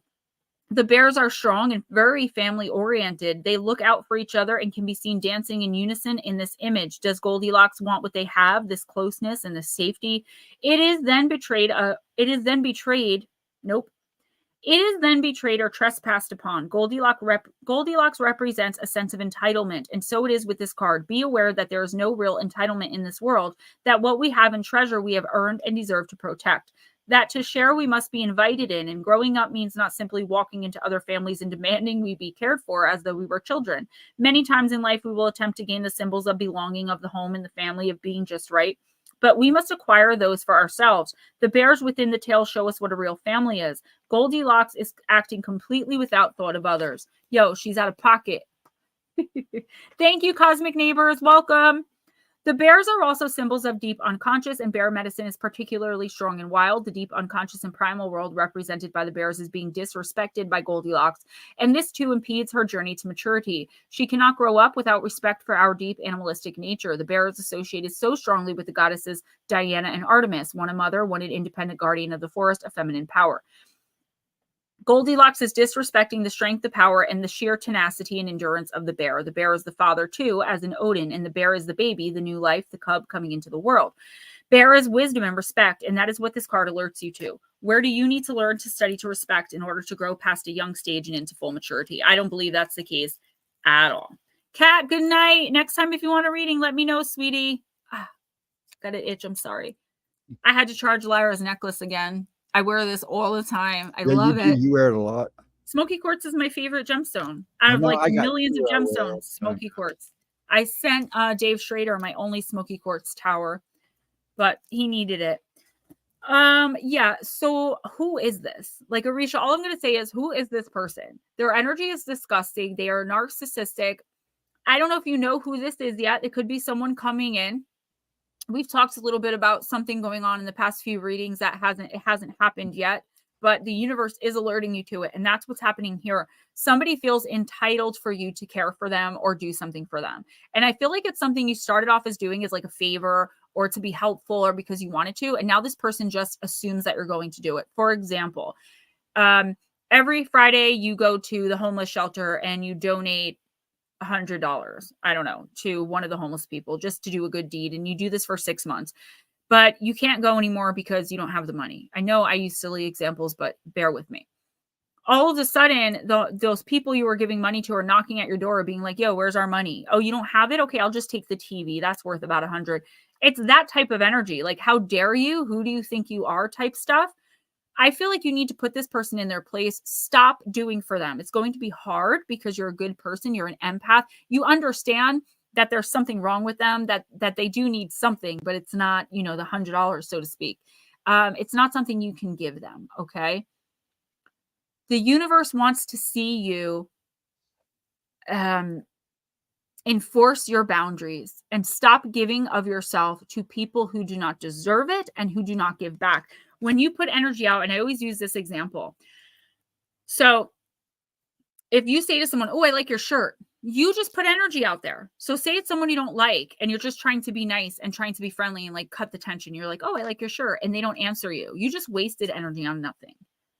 When they say, oh, thank you, they turned your energy into something positive and gave it back. When they tell you go F yourself, stop looking at them, they turned your energy into something negative and bounced it back at you. But the energy did go somewhere. When you're expending energy on someone who just ignores you, doesn't pay attention, doesn't listen when you speak, that's neglectful. If somebody is helping you so much that you feel entitled for them to help you and you don't even speak you don't even respond when they speak to you, that is neglectful narcissism right there. Okay. And it is painful and it is hurtful and it will rip your heart out. Get rid of this person. If you can't just snap your fingers and be gone, I understand that. But there is a way to learn how to deal with that type of energy. And if you want help with that, I can definitely help you. You have to really put yourself in a mind space of, this person has a problem. There's nothing wrong with me. It's them. When you stop giving your energy to that person, and when you stop helping, and when you stop, arguing with them, and when you stop just whatever, just stop. Do to them what they do to you, but not in a bad way. Just ignore them. Go about your own business without asking them for validation, without seeking validation, without asking them for anything, to the best of your ability. Becoming super independent and not giving of your energy is the best way to get someone like this. Good night, Cuzzo. I love you. If you want a reading next time, let me know. It is, Damien. Positive energy is important for everyday living, for sure. Because if you focus on the negative, the universe will bounce back. Like if I think to myself, I'm never going to have my own show on the Travel Channel. That is an ultimate goal of mine. If you guys didn't know, I do want to be on a show on the Travel Channel. You know what the universe says? Oh, okay. You're never going to have one. Doink, and bounces that. I'm never going to have one. Okay. That's what I kind of thought. But like I said, like I won't mention personal things that I learned in readings or through private time in chat. You've got to find a way around it, ladies. It's really hard, especially when it's someone that's that close to you. Who's next? Okay. Ralph. And absolutely. Sometimes we have to love people from afar, and forgiveness does not have to equal reconciliation. Ralph, I'm going to use the Halloween Oracle.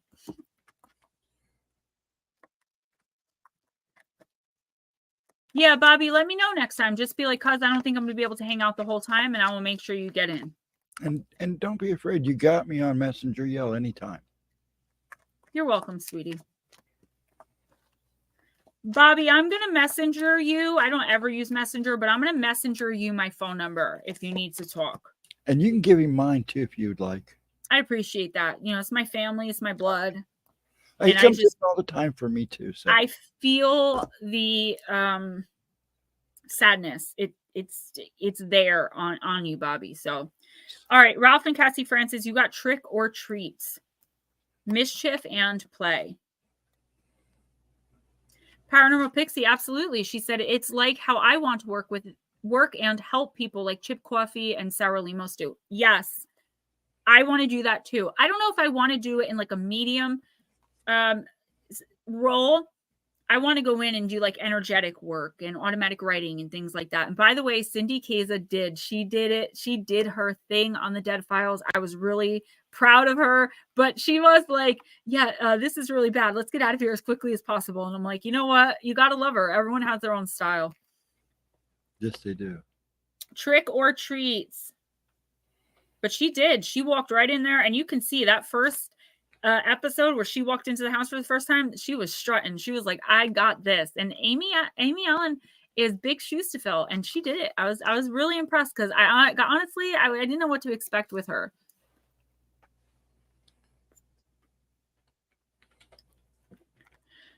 I'm so blessed I don't have that kind of relationship with my mom. And my dad, I just kind of ghost him when I don't feel like dealing with him. Simple. My dad, for me, not for you. My dad ghosts me. Well, you're a ghost dragon. Ralph, trick-or-treating is such a fun thing to do, is it not? Yet, why do we trick-or-treat? Do you guys call it trick-or-treating or Halloweening? I call it Halloweening, but I don't know where I got that from. Trick-or-treat here, or Beggar's Night. Ancient people understood, beggars, that there were both mischievous and perhaps nasty spirits wandering around at nightfall at Halloween, as well as happier, more benevolent spirits. They thought that if they dressed as spirits themselves or other frightening creatures, then they would not be recognized as human and attacked. The idea of causing a little chaos as one of these spirits was part of the imitation and the enjoyment of the night. The practice in medieval Britain was aptly called souling. Yeah, Mom, I really like her too. I didn't at first. I'm sorry, Ralph. I just need to say this because her faces are really off-putting. But I notice I do it too. When I'm in a private video or even like when I'm reading or because the message hits my brain, hits my face faster than it hits my brain. So when I see something or something, I'm like, and I make these weird faces and then I'm like, oh my God, I'm doing it too. Today, trick-or-treating is a huge event. We spend so much time, money, and effort dressing up as our scariest creatures, and this has even extended to dressing up as our favorite celebrities and other pop culture idols. Instead of traditional candy apples and barmbrack, we give out mind-boggling variety of candy. It matters not. The idea of frightening away death and darkness still stands. I believe that the modern trick-or-treating also unites communities by introducing our families and friends to those around us in a non-threatening and joyful way. By the way, guys, we're having a Halloween stream. I don't know what we're doing yet, but we're going to do it big. Many of us do not know our neighbors, even those who live right next door, and Halloween gives us an excuse not to be so reserved and extend our boundaries a little bit. Should you receive Ralph the trick-or-treat card in your divination, it may well be a time to examine the role of play and mischief in your own life. You don't have to be a child to let go and have some playtime, and you can extend the fun to others. Sometimes we are afraid to make mistakes, and play is one way to alleviate the pressure that we sometimes place on ourselves to get everything perfect every single time. Alternatively, it's worth knowing that there's a balance between manipulation and mischief. The former is not pleasant, and the other has, at its core, a sense of irreverent fun. Ralph, I just feel like you're not having enough fun in your life, and you do have children, and I feel like the responsibility, it gets overwhelming, right? Oh, Mom, for sure. It gets overwhelming, but here's the thing. Take time out in the next week or two to try to see through the eyes of your children. I try to do that with my 5-year-old. I try to look at the world every once in a while, the way that he sees it, how he's so excited by riding the school bus. Like, who is that excited? But he is, because he loves cars and he loves mechanics. So I try to think of it. He's never been on a bus before. It's so exciting for him. Every time his dad gets a new customer's car, he's like, what car are you driving? Let me see the key. What kind of doors are, and it's exciting for him, something as simple as a car. And I feel like that's what we miss as adults. We grow out of that. And the universe is kind of warning you that if you don't get some fun time, some downtime, some Ralph time only to have fun and do whatever you want to do, goof around with your kids, throw caution to the wind, not in a dangerous way, but have some fun, Ralph, because I feel like the stress is going to overtake you if you don't. Otherwise, this card wouldn't be coming up. Nightmare, love you. Thank you for coming in.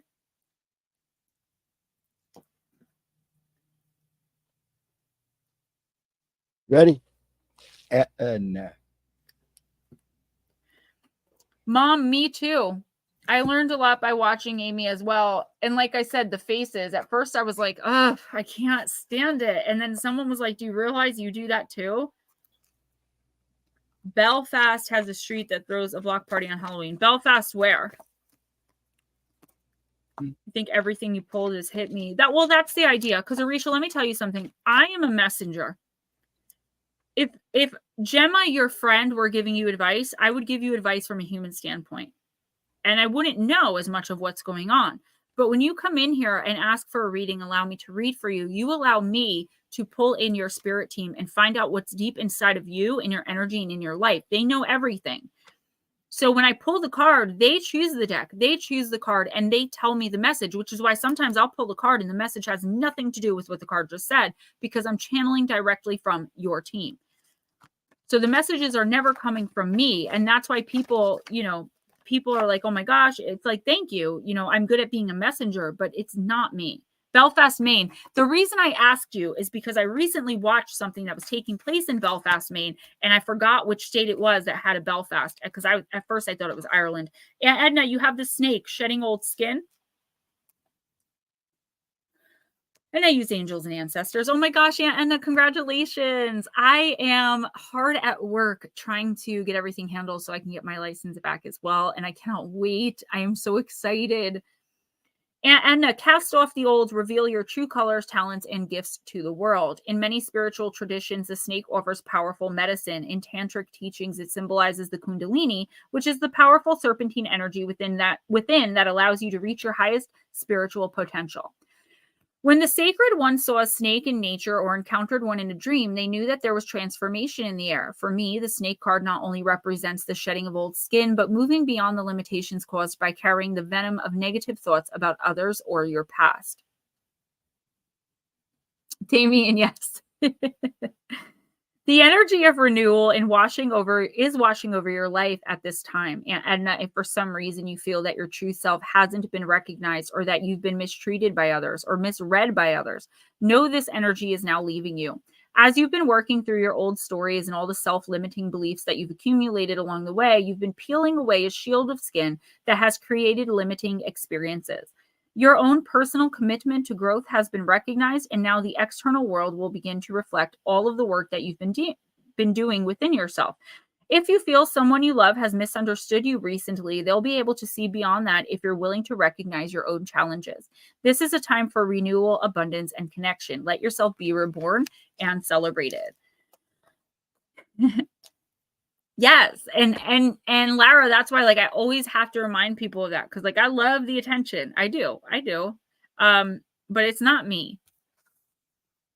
I'm just able to translate spirit. You know what I'm saying? And this is my favorite thing out of all my gifts that I do. And I could do it without a card, but it just makes it more fun and more visual. And this is you out with the old, in with the new. Even despite the physical limitations that you're dealing with, I feel like spiritually you are more aligned than ever with your true path. Once you start shedding these people, these toxic energies, I feel like you've mostly done that.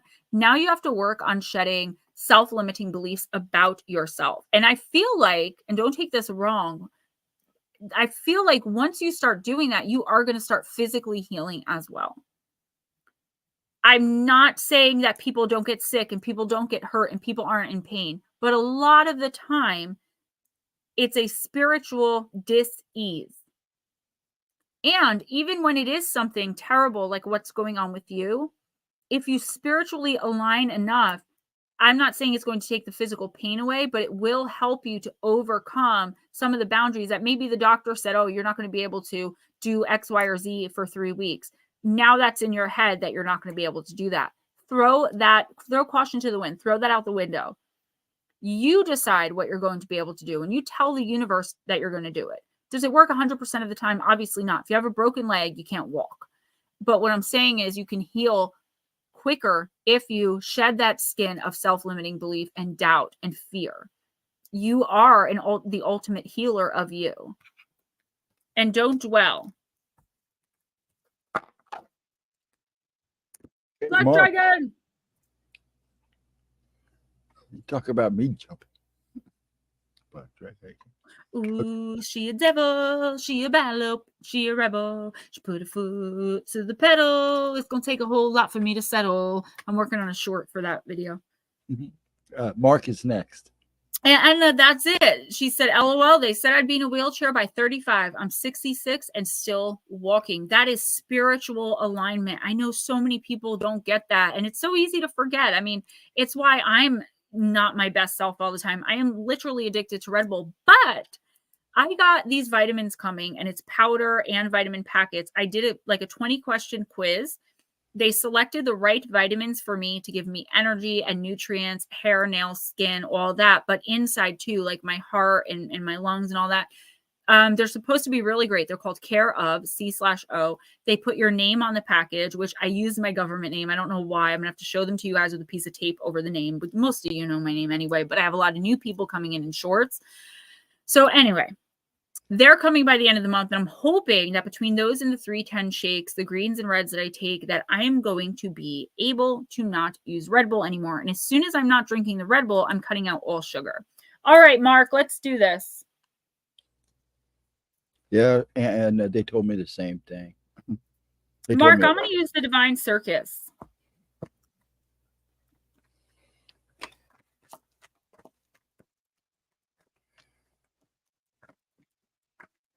Mark, that's amazing to hear. And it's only going to get better as long as you keep believing in yourself. Like you just said that, you know that you got your, some more confidence back in yourself. Keep thinking about that. Don't think about the things that make you feel not confident or incapable, right? Well, Mike J, behold, have a good night. Oh, nice. Paranormal Pixie is beating Tibetan prayer beads. That sounds lovely. Who's leaving? Oh, Mike J. Yeah, next time let us know. I'll give you a reading. I asked like 6 times. Oh, this is one I have not pulled in, I think, a really, really long time, Mark. It is the Brilliant Virgin, card number 5. Yes, New England, there is room left. For you? Of course. $5. $5, man. $5.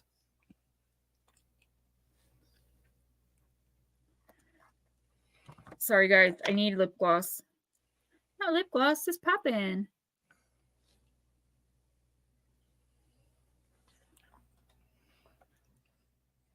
I'm thankful for you guys, for my mom, my kids, and my career.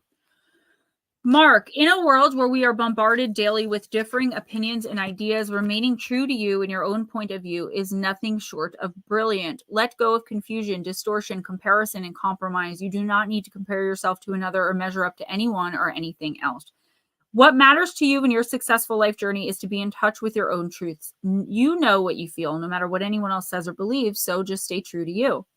We need to be bold of heart and have a lot of faith when there is an idea within us yet to be manifested into the world. We have to trust in what we see in our hearts, even if sometimes the eyes in our head see things rather differently. We have to trust that the inner vision, the hope, the dream within us is going to be strong enough to stand the rigors of birth and be able to come to life into the world.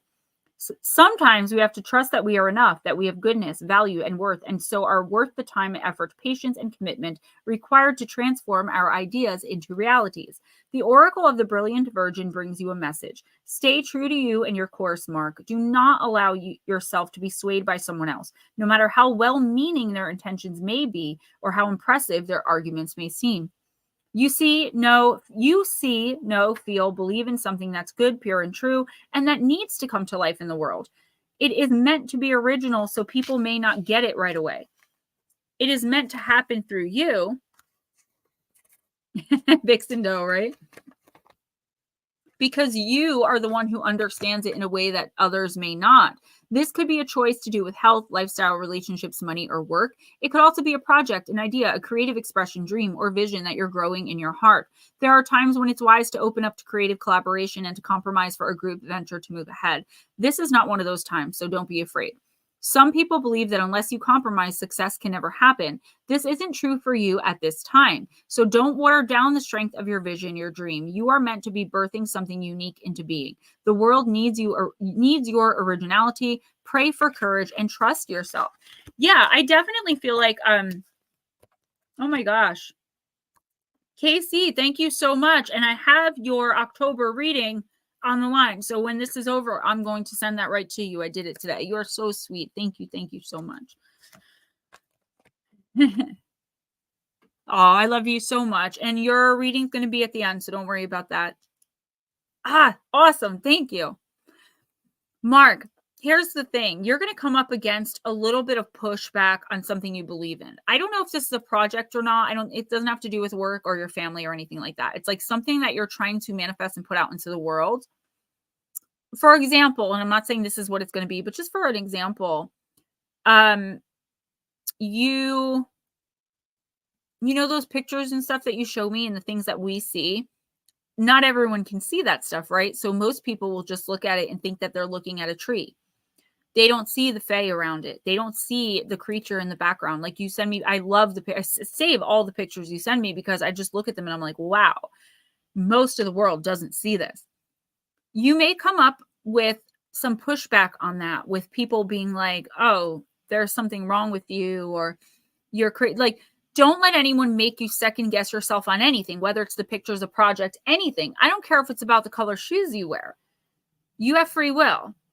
I feel like this person does mean well, whoever it is.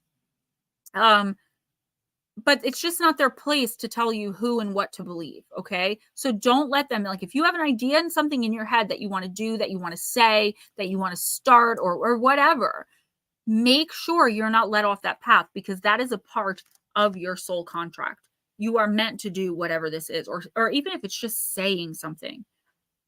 You're going to change at least one person with this for the better. So don't be restless soul. Yeah. War Criminal 7, welcome. That's just me rubbing my nails on my honeycomb pants. Who's next? You're on mute. Johnny Yuma. Jules. Miss Julie, girl. Thank you, Johnny, very much, sir. And hello. Jules, I'm going to use Queen Mabe. She was hiding over here this whole time. I love this deck. It's so beautiful. Casey, thank you again. I can't even tell you how much I appreciate that. At the end of the month, when that check comes in, I am like, wow, thank God. Thank God for you guys.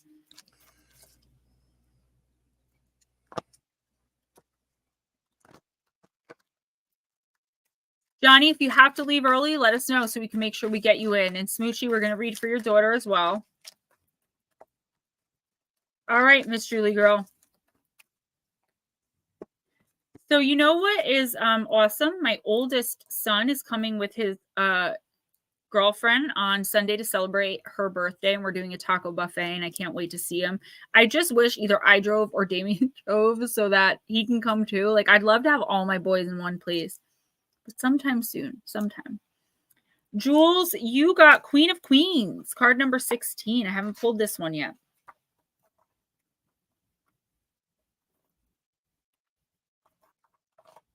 Be the boss. Tap into your true inherent authority and wield it right now. True authority is not what you say, how you say it, what you wear, how you carry yourself. Your authority may inform such choices, and sometimes such choices can help you locate and tap into the authority within. But true authority is not equivalent to the choices themselves. It is not on the surface. Rather, it's transcendent, vast, and deep. Damien, it's going to happen. Here's something else about true authority, Jules. It is never desperate. If you find yourself feeling desperate to be liked, desperate to be approved of, or desperate to be seen or heard in any particular way, you're not owning or standing in your power. So you must take a step back, recalibrate your motives, and let that desperation die. Sometimes you tell yourself that you're not desperate when actually you are so desperate that you can't even bear to admit your desperation to yourself. For example, have you ever met someone you perceived to be powerful and immediately disliked or resented them before you even gave them a chance? Why did you feel that way? Because you wanted their approval so desperately you hated them for it, or perhaps you were envious of their esteemed responsibilities or role. Either way, you were selling yourself short. You were not embodying your intrinsic nature as a queen. Good night, Mom. I love you. I'll have RJ call you this weekend. Get some rest, and we'll get your medal blessed for sure. Jules, a queen living in her power does not meet others with rudeness or disdain, but with expansiveness and grace. She does not feel the need to put on a show, so she does not flail around in an attempt to impress or entertain. Even when someone treats her disrespectfully, her trust in her royal status is such that she does not feel diminished.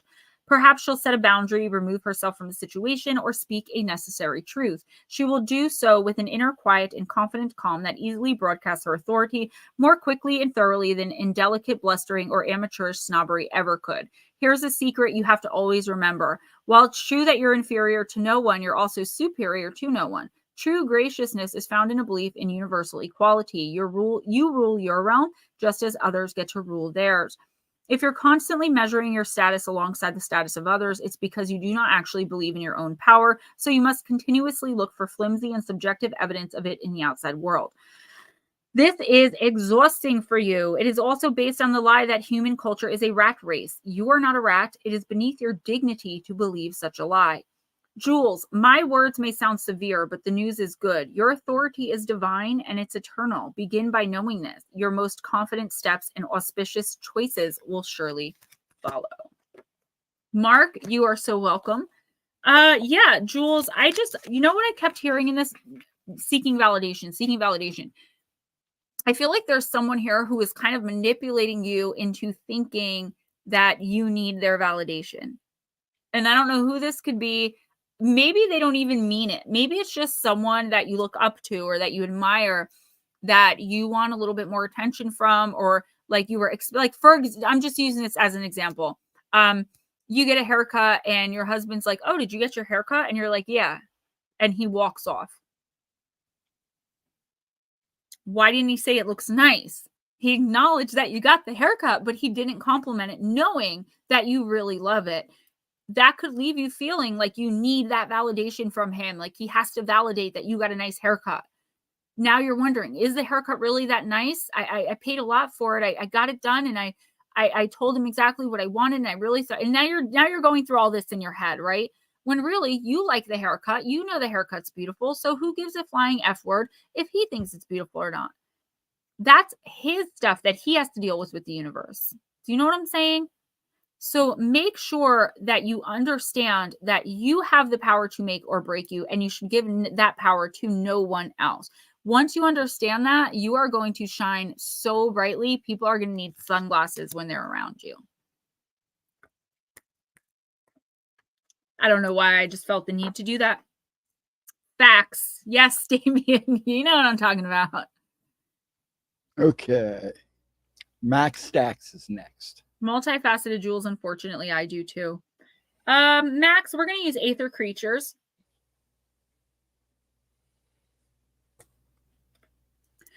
So here's the list. Max Stacks, Roger Blair, Nicole Perrone, Aussie Sue, Paranormal Pixie. Guys, let us know you're here. I know Pixie's here. Everyone else, just let us know that you're here. Max Stacks, I'm using Aether Creatures. If you guys, like, you have to let us know you're here or we're going to skip you. And then you're going to come back later and be like, what happened to my reading? And I'm going to be all panicked and it's going to be crazy. War Criminal, we have plenty of time if you want one. But if you want to skip and just hang out, that's fine too. So I'm going to read those again. Roger Blair, Nicole Perrone, Aussie Sue, and Paranormal Pixie. Lara, I know you're here though. Oh, these are so hard to shuffle. Just give me a second, guys. Life is too short to put up with such nonsense. Absolutely. And even if you're forced to be around people like that, if you can find a healthy way to detach and understand that, like, you're, you know, you are who you are and like you're good with you, people aren't going to be able to affect you anymore in that way, no matter how hard they try. It may affect you for a second, and then you remember you're a boss. Luisa's life, I got you. So Luisa's life is just in the bathroom. She'll be right back. I appreciate you. I appreciate you telling me that. Arisha, thank you so much. I've been told a lot of terrible things about my voice. I can see Miss Pixie herding cats. Yeah. It's so funny because an animal here that looks like a cat just came up. Arisha, that's actually a really beautiful compliment for me. I've been so abused online about my voice being annoying and screechy and sounds like a cat that got hit by a train and dragged screaming for 20 miles without stopping. That was the best one. Okay, card number 40. It is the, I can't pronounce any of these. Huangzian. I'll just go with that. Huangzian. And it is in the upright position. So, Max Stacks, if Huang, look at how that's spelled. Come on. If Huangzian has appeared to you right side up, a cycle, chapter, or phase of life has come to an end. Life is made up of endings and beginnings when, for whatever reason, a person fears moving to the next cycle, chapter, or phase of life. They tend to become stuck in an old pattern, just as if you were a small animal hiding in its familiar but limiting burrow. Huangzian has come to snuff you out of that burrow. For this reason, he wears the color red, the color of vitality, bravery, and courage. To the culture which gave rise to Huangzian, the color red wards off evil. It's also the color of joy, happiness, luck, and fertility. Symbolically, this means that your genuine safety, happiness, joy, and good fortune lies in choosing to see the end of a cycle and of itself as a beginning. The end of a cycle in and of itself is a beginning, and consciously choosing to begin that next cycle. The finish line in this case is the starting line on your next journey. If Huangzian has appeared to you right side up, you will choose a different path, a new cycle, just as soon as you learn the lesson that the universe at large has been trying to teach you. It's important to realize that there's no ultimate ending. There is no ultimate finish line. There's just cycle after cycle of growth and change. Therefore, if you want to enjoy the process, you're going to have to ask yourself, if I knew that I could never get it all done and that I could never get it all right and there was no end, what would I do differently? Take a look at this cycle of your life that is coming to a close. Make a list of everything that's ending as a result. And then with each item on that list, identify what positive thing is beginning if in that thing's ending. Remember that as each season comes to a close, a new one begins, and each season holds its own unique value and beauty. Do not stay stuck in waiting. So Max Stacks, okay. What this card is saying is there's something happening in your life right now where it's coming to an end. You're either using or losing a long-term job, a long-term relationship is coming to an end. Maybe you're letting go of an idea or an ideal excuse me, that you were once really, really passionate about. I feel like this is not your choice, though. I feel as though you're looking at this as something is being taken from you, okay? Or someone leaving you or abandoning you or something like that. The fact of the matter is, people come into our life sometimes and we think that they're forever, right? Forever friends, forever lovers. But the fact of the matter is, we're meant to meet, learn, and go. Our human emotions, Louisa, I love you, is what makes us want to stick and hang around in these toxic situations, thinking we could change somebody, we could change their heart if we could just be better. And that is not the case. If it was meant to end, it will end. The universe wants you to detach easily. Don't hang on. Don't get too upset. It's okay to like have a moment, but you can't get stuck there, like I always say. So here's the thing, Max Stacks. Whatever this ending is, think of what's going to begin with it and say it out loud to the universe. Write it down and start counting your blessings. Literally, like write down 3 a day or say 3 a day out loud as soon as you wake up. There's something incredibly amazing coming in to replace what and or whoever this is, but not until you've come to full acceptance that whatever or whoever this is no more.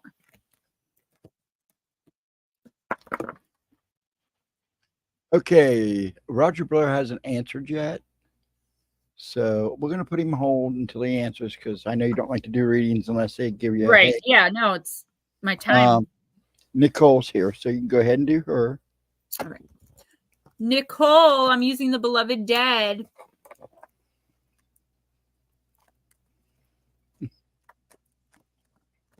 Oh, that just popped out. Act of love, self-care. This is the card I pulled for myself the other day in afternoon talk.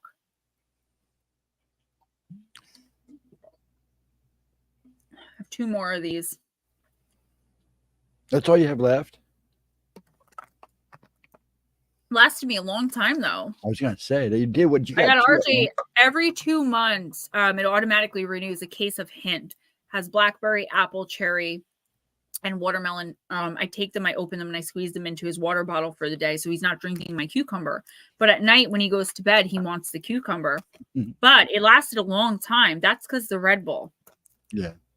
Got to get rid of it. I'm hoping that those Theos really work. Good night, Damien. I love you. I'll see you next weekend. Good night, young man. Take care of our mom like you always do. Nicole, you got active love self-care. I got this for myself, not only on Tuesday, but today when I did a reading for myself as well. And someone I did a personal for got this card. So it's definitely the energy. Healers, nurturers, and caregivers have the innate blessings of compassion, empathy, and altruistic service. You do for others because you can, and because it's virtually impossible for you to not care. When, however, you go to your well of inspiration and energy and find it low or, heaven forbid, dry, there's a need to responsibly manage and restore this resource. It's often easier to be selfless with others rather than sternly appraising time and energy directed solely on self-time. Spent on self is like being selfish. I always say, though, guys, what? Self-care is not selfish. It's the most selfless thing that we can do if we are nurturers, caregivers, healers, as we all are in one way, shape, or form in this community. Give yourself the time, Nicole, the full attention and love that you need to be whole again and to be well. Direct those luminous gifts of compassion, kindness, and unconditional love inward, where they can heal and replenish you emotionally, spiritually, mentally, physically, and vibrationally. Aussie Sue, please let us know if you're here. By continuing a regimen of self-negation or depleting your energetic stores, you're running yourself to the ground. The beloved dead know your heart, and they surround you with support. They ask you to flip that neon open for business sign to closed for renovation. Attune to your own feelings and needs, and dedicate to a beatific act of self-love. Yeah, Nicole. Yeah, Black Dragon, believe in yourself and trust in yourself, but most of all, love yourself. Definitely. Listen, what the universe is saying to you is you are on overload, okay? You are about to hit burnout if you haven't already. Whoever you're giving all this energy to, or whoever's sucking you dry, first of all, take a step back from them. Anything you would do to help someone else, you would go the extra mile to help someone you love. For the next week or 2 at least, starting right now, love yourself that way. Okay? If your friend was crying and having a breakdown, you would be there in a minute to comfort them and love them. So how come you're breaking down internally, but you're not giving yourself that same love? This isn't about, once again, actually, it's a little bit of a theme here. This isn't about looking for out to the outside for validation or for comfort. It's about giving it to yourself and learning to be self-reliant, healing yourself, nurturing as though you would do it for someone else, for your child, for your significant other, whoever else. And any advice that you would give to the person you love most in any given situation or moment about anything, give to yourself and take it. Aussie Sue, last time. And I feel the same way a lot of the time, that nobody really knows me, but I always say we're all sentenced to a lifetime of solitary confinement in our own skin. And it's just being human, partially human, you know. Well, go ahead and do Pixie. She's next anyways. Yep. Miss Pixie, I'm also using the Beloved Dead on you. This deck, I'm sorry for shaking the screen. This deck has been calling to you all week since I got it. Earthquake. I gotta go. Yeah, I hit the computer.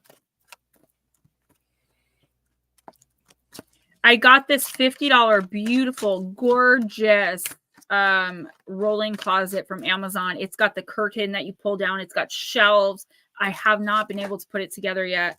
And if you guys saw that short, I am definitely running out of space. And I'm still buying clothes. I got a pair of pink leggings today. And I got 2 really big, bulky, ugly turtlenecks. I love my ugly sweaters. I wear them all winter. This one has pockets. It's big and gray, and it's got the big turtleneck, and it's a little frumpy, and it's got the little frumpy pockets. And then I get the long, like, grandma sweaters that go down to my feet with the hoods. Oh, my God, I love them. I got another one. This one's gray. Anyway, enough about me. Paranormal Pixie, you got grave. As in a grave is what it looks like. Not grave like bad news.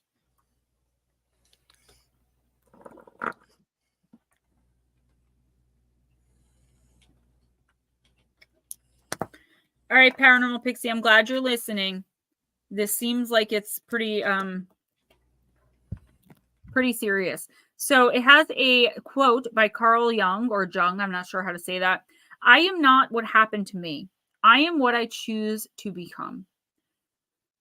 There's an unmistakable heaviness and solemnity that accompanies this card. While its appearance doesn't inspire the lightest and brightest of emotions, it does suggest putting on the kettle and taking a moment to regroup. Lara, grave attempts to shine a light into a pall of darkness. This could be mourning or sadness that has become unendurable or escalated into suffering, or at its best, grave indicates the presence of lower vibrational energy and emotions such as anger, hatred, doubt, fear, hopelessness, shame, or guilt that are causing serious cracks in your auric armor. Lara, I think you and I should get together and just film ourselves walking through the woods or going to a haunted location and doing something. That's how Ghost Adventures got started. I didn't know you were interested in a show. We got to talk, girl. Grave can also herald unclear yet present danger or threat. This card warns that the risk far outweighs the benefit. Lara, it warns against impulsivity and advises caution and clarity in all of your undertakings. When representative of a departed loved one, grave indicates a passing linked to a tragic and traumatic event. Please remember that this is only validation of the way they might have passed. It says nothing about their current state of consciousness. So someone you know, Lara, we really should set that up somehow. We have to get, I really think it will work.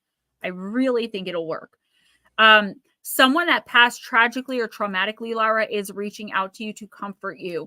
I don't know if you're going through this yet, but I feel like someone is going to come into your life that makes you feel less than, not on purpose. It's like simply by existing. Maybe it's someone that's doing something that you want to do. Maybe it's someone that says something offhanded to you that catches you the wrong way and makes you second guess yourself.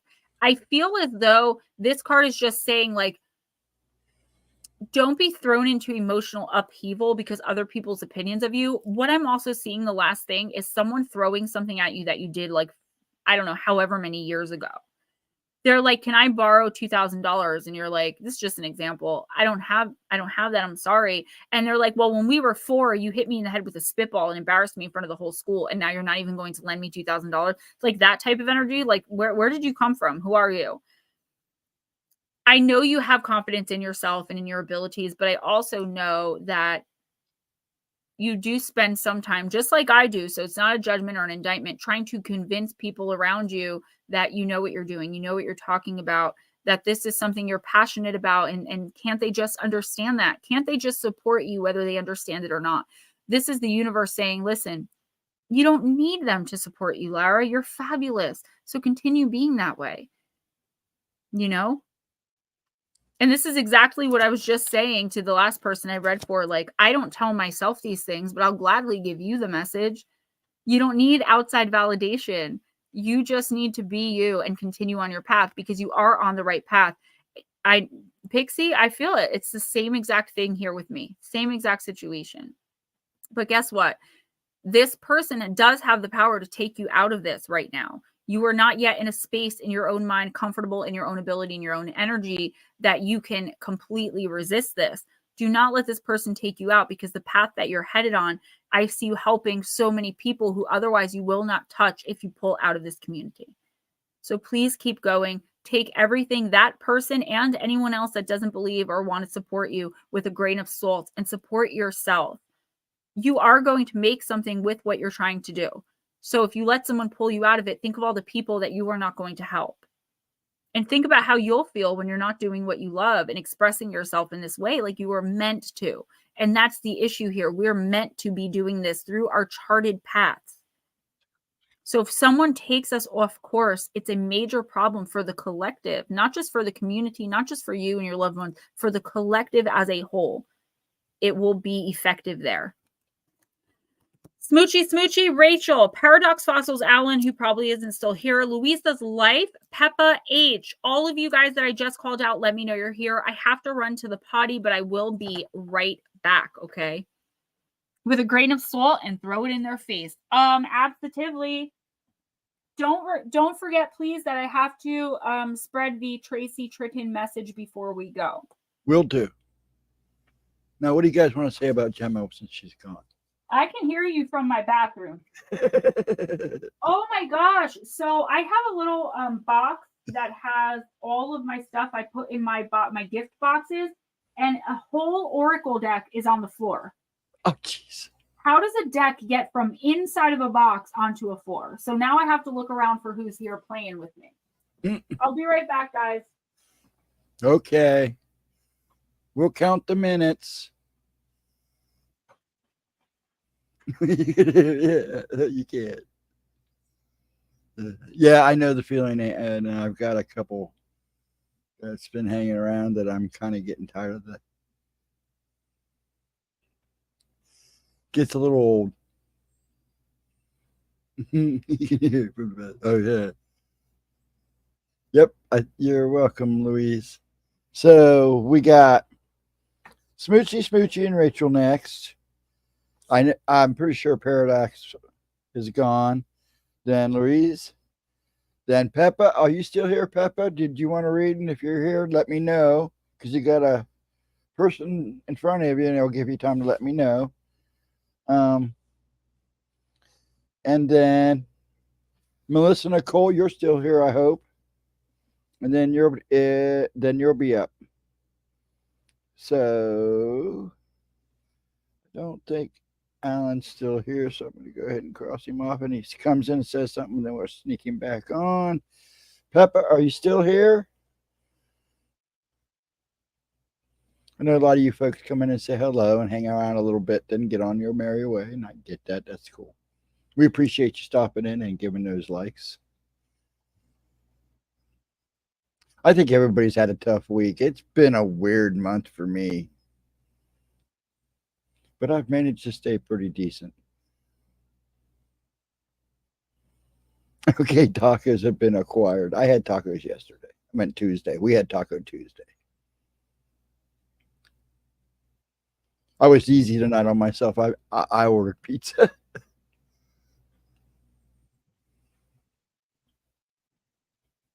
Good night, Jules. Have a good night. Good night, Julie girl. Okay, I'll have to put a new order. So it's going to be Smoochy, and Rachel, Louise of Life, and Melissa Nicole. If you're still here, hon, let me know. And we'll stop it at that until we get the people here out of the way. Smoochie, I am going to be using the Medicine Heart.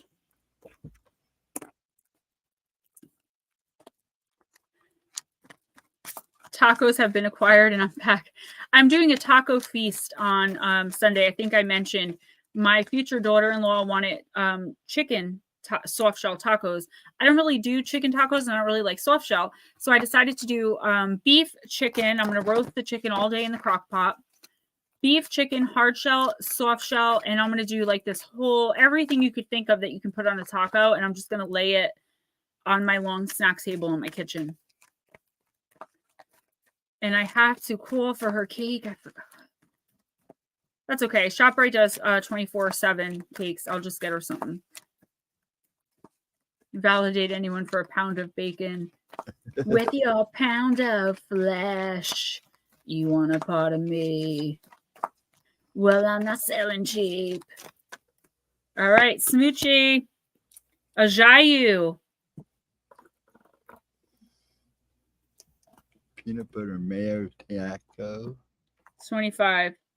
I like peanut butter jelly and bacon, and cream cheese and bacon is really good on a bagel. Not a taco, though. I don't know about that. Card number 23. I think I pulled this last week, too, out of all the cards to come out. Come on, where is it?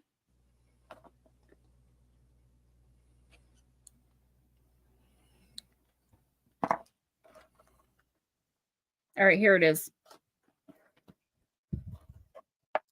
Ajayu is a Quechua word. Quechua, I know I'm pronouncing it wrong, sorry. The native language of the indigenous Quechua people of the Andes, the meaning of which encompasses the intertwined realities of soul, spirit, and cosmos. To speak freely in a non-judgmental space can unburden the soul, allowing for clarity and processing of complex experiences. That which hid in the shadows, looming forebodingly, can be rendered far more manageable when reckoned with in the clear light of acknowledgement.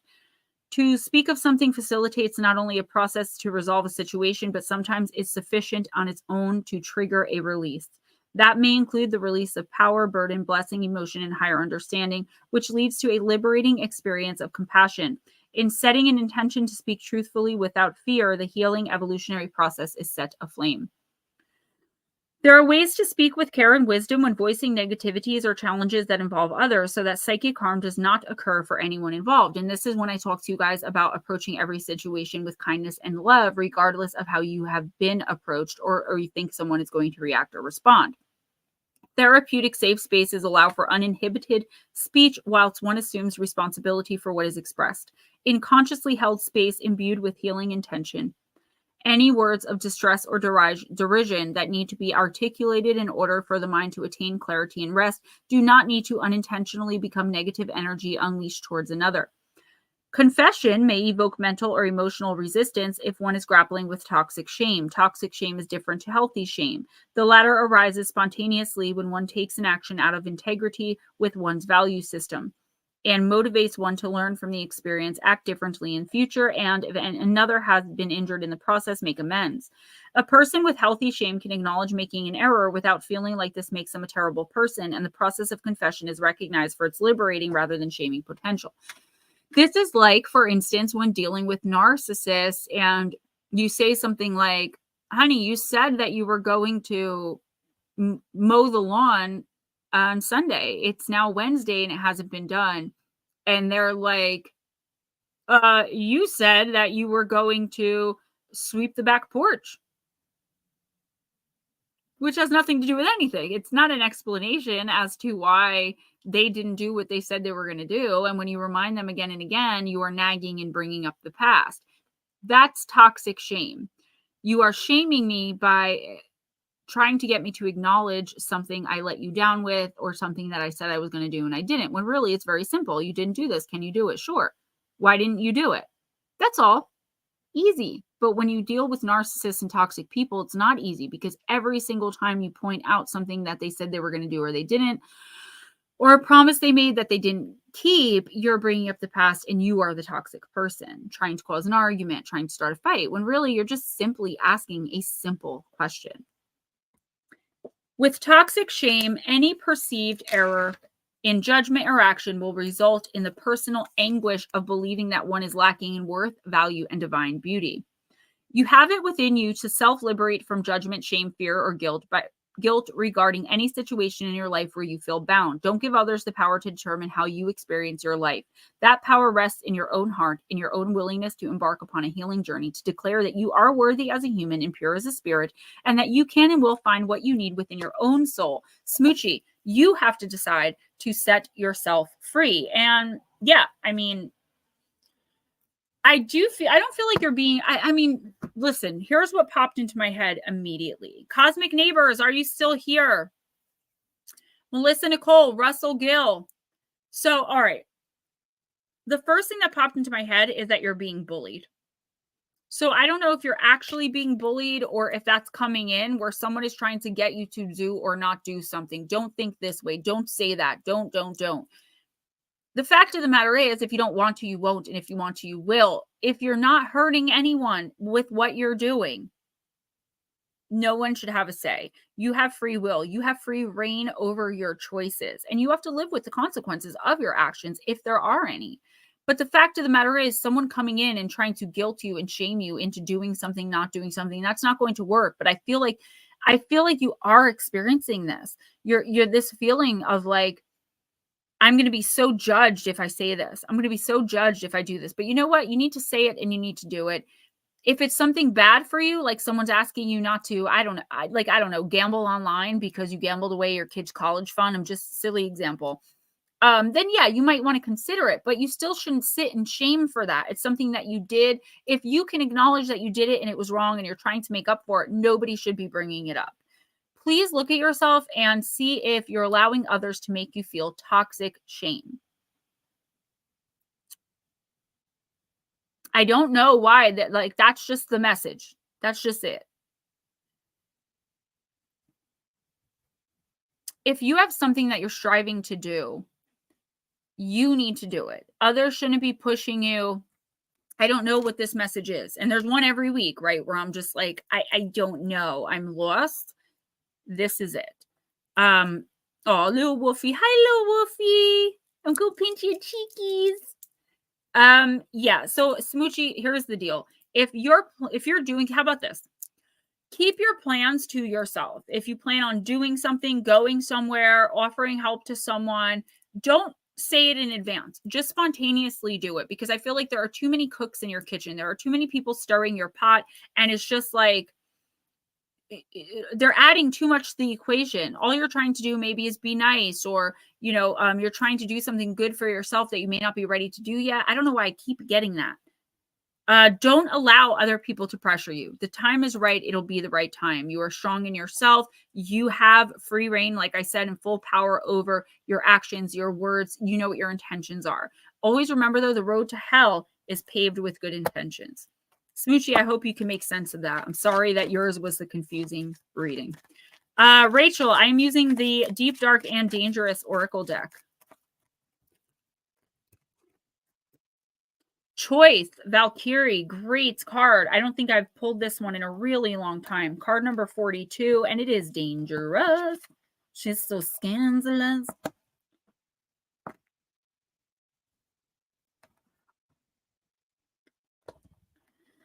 All right.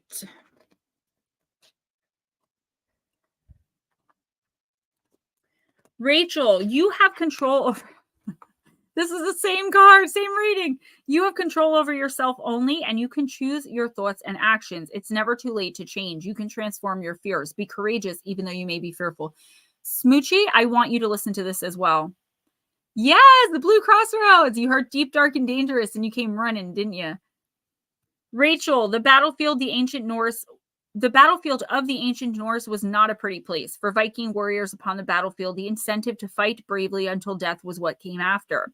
While we often hear the idea of our lives flashing before us at the time of death, what Norse warriors hoped would be there was most likely, and for some hopefully, a beautiful yet terrible Valkyrie. Valkyries took the form of women in battle dress, sometimes winged, often on a mighty horse, eyes flashing and singing a song of blood and glory. The Valkyrie were the chooser of the slain and were present at every battle of the Norse. Their primary service was to select the most worthy and bravest of the dead warriors, the Einherjar, and spirit them to the Valhalla with the god Odin to reside with the goddess Freya in her hall of Folkvanger, which is technically the battlefield. There, the Valkyries would joyfully serve the Einherjar mead until their final battle, Ragnarok, alongside the gods. Whilst there was the idea that the Valkyries were beautiful and incandescent in appearance, the older descriptions referred to them as Odin's ravens, dark black in clothing, screaming wildly and dripping in blood. Later, they became much more beautiful and benevolent, still powerful, yet almost a kind of reward for supreme bravery and dying for the tribe. The choice of dying for others, of not running away, of protecting a colleague, or of choosing courage, even though they may have been full of fear, is the power the Valkyries rewarded. They're urging to exhibit courage in the way we enact our lives and to release ourselves from the heavy bonds of regret and powerful lessons to learn. Your plant companion is Arctic Thyme, which I've never heard of, and your crystal companion is the ruby. Diane Boss, what's up, girl? So, all right, Rachel, here's the deal. This is exactly like your mom's reading, only a little bit more, there's more clarity to it, okay? I feel like there's something you want to do, say, and or get involved in that you're fearful of how the person you're trying to help is going to react. There's going to be backlash, okay? But the only thing you should be worrying about is like, you should be worrying about not taking any of that on, not allowing someone to guilt you into not doing it, shaming you for doing it. And even though you might be fearful to speak up, I feel like whatever this is like courageous, like you're trying to save someone or help someone, whether or not, Rachel, they want to take your advice, you have to give it. If this has nothing to do with someone else and we're just talking about you, Rachel, now is the time to face any fears you may have. If there's something you've been wanting to do in your own life for a really long time, the universe is saying now is the time to do it. You can ask someone for advice without taking their advice. Just because you're asking someone for advice doesn't mean you're going to do what they advise you to do.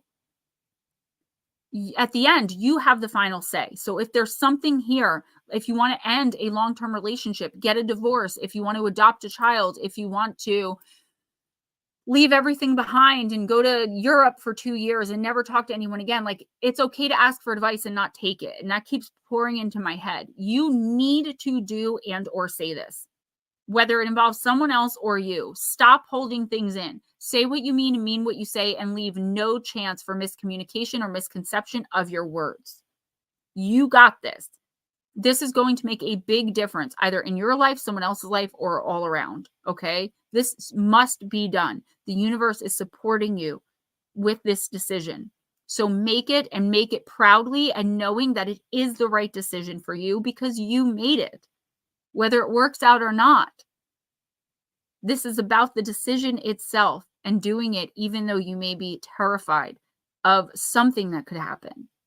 Don't worry about everything bad that could happen. Focus on the good, the progress, the reason you want to do and or see this in the first place or become involved, whatever the case may be.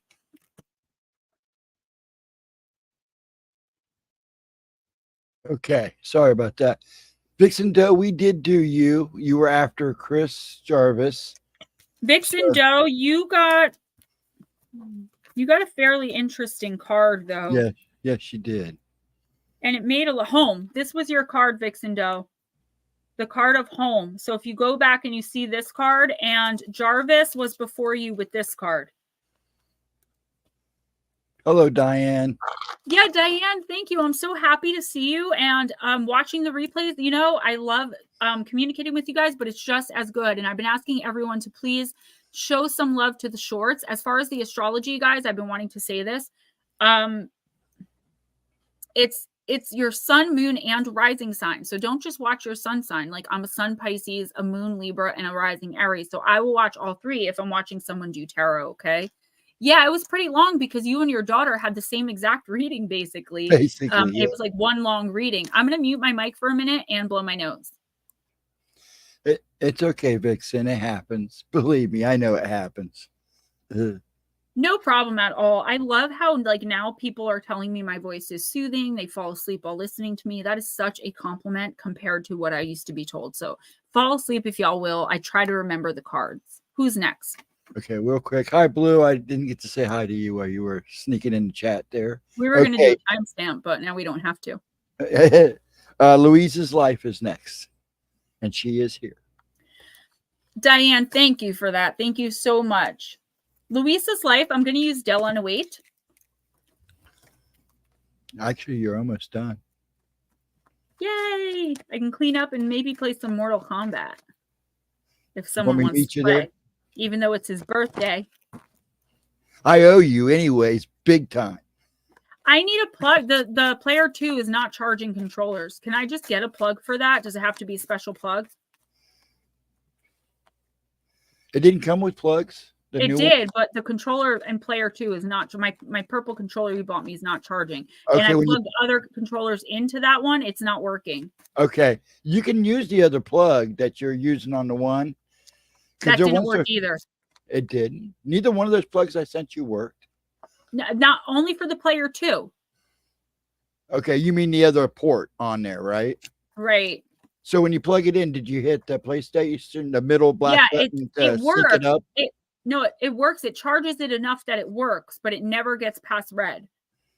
I have to plug my. I'll talk to you about it after stream. That's fine. That's fine. That's fine. Blue says happy birthday. Thank you, Blue, so much. Happy birthday to the Gemma Jade channel as well. Yes. We are on 3 years. I wore my dragon shirt to celebrate Ghost Dragon's birthday, and he showed off all his beautiful gifts earlier. I wish y'all would put a name on the gifts sometimes. We get these random gifts sent to us from enjoy your gift. That is, we don't know, and we can't. I just got one that said friends, and it was a bunch of shirts, but I appreciate it. Who my friends are. Thank you from the bottom of my heart. I needed new t-shirts.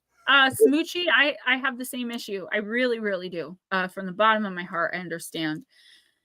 Louisa's life, you got Alice in Wonderland. I feel like people who come in for the first time hear me just talking and talking and talking and talking, and they leave.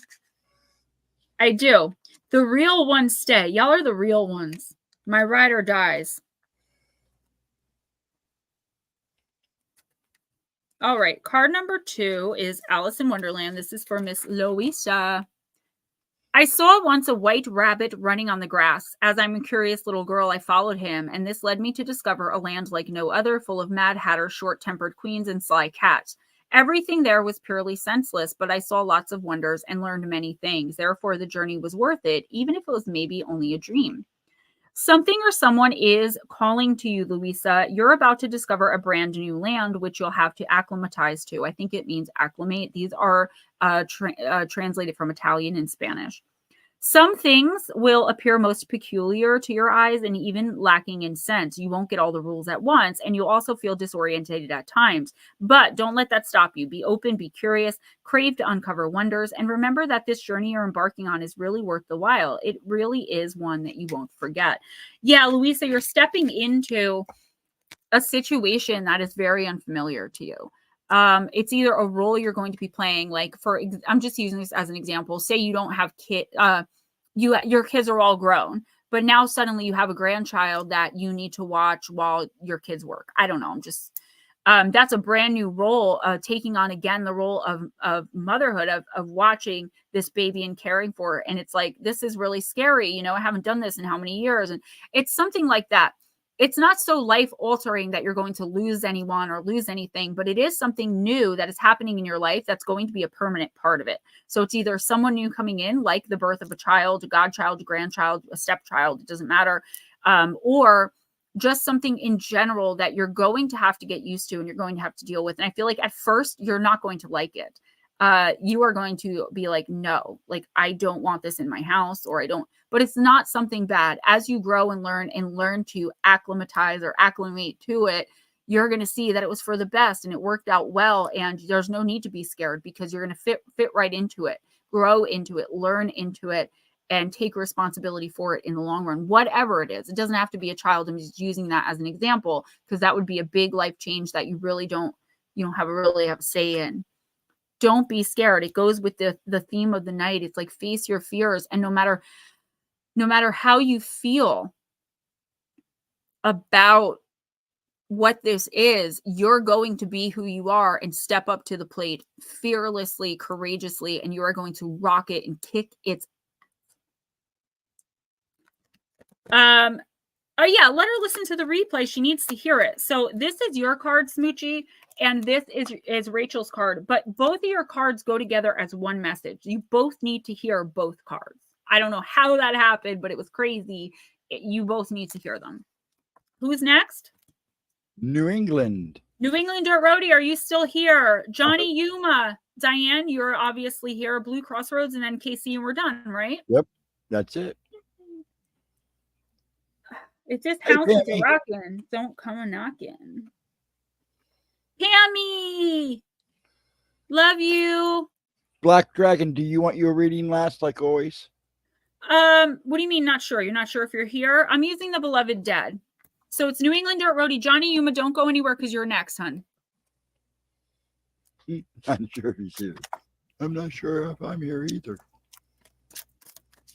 I've been wandering around for hours. Nobody's even noticed. Whoa.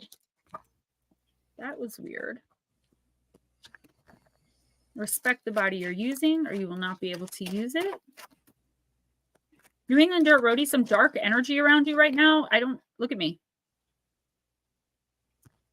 I'm picking it up too.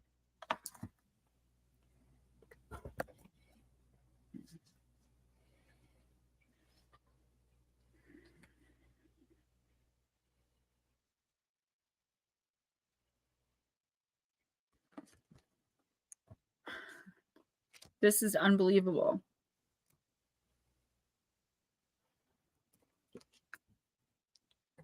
Oh, crap. That's like right off the pack, man. Yeah.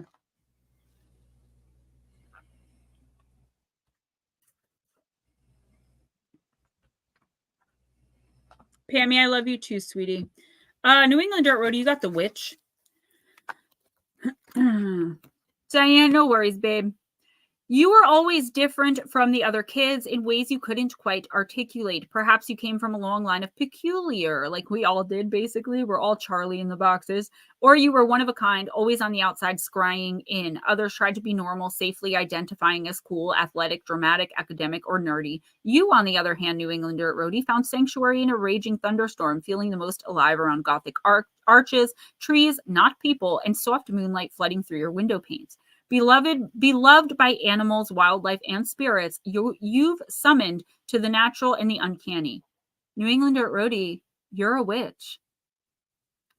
You might not be a witch, but you definitely have abilities. We know this. And there is a witch in your midst. I don't know if you were paying attention to what just happened to me when I pulled your card. Those who seek this path, whether they're out of the broom closet or not, are blessed with heightened intuition, insight, and awareness. You'll recognize a witch instantly, not by the tools of their magical trade, broom, cauldron, wand, wooden spoon, but by their penetrating and profoundly wise eyes. Thank you, Johnny Yuma. So sweet. They see you and they see through you. In contrast to the Beloved Dead of religion, this is the Beloved Dead's card of spirituality. When this card validates a loved one or an individual, this old soul is a healer, metaphysical practitioner, or just a deeply magical and poetical spirit. If this doesn't resonate with anyone you know, there's a chance that this is an ancient ancestor you've never met. It's both. Given the maelstrom of religious and social intolerance in the history of the past, this soul may have been a decent, hardworking woman of a certain age, appearance, financial, or marital status, who was unjustly branded and persecuted as a witch. Is there an experience of oppression, judgment, or discrimination that's still finding expression in your current life? If you've received this card, New England Dirt Roadie, the Beloved Dead of Witch is asking you to pull up a chair by the hearth for warm conversation. She explains that despite the witch's spellbinding aesthetic, this path isn't for the faint of heart. It will demand that you learn how to relinquish your ego and control and embrace life's lessons in perfect love and perfect trust.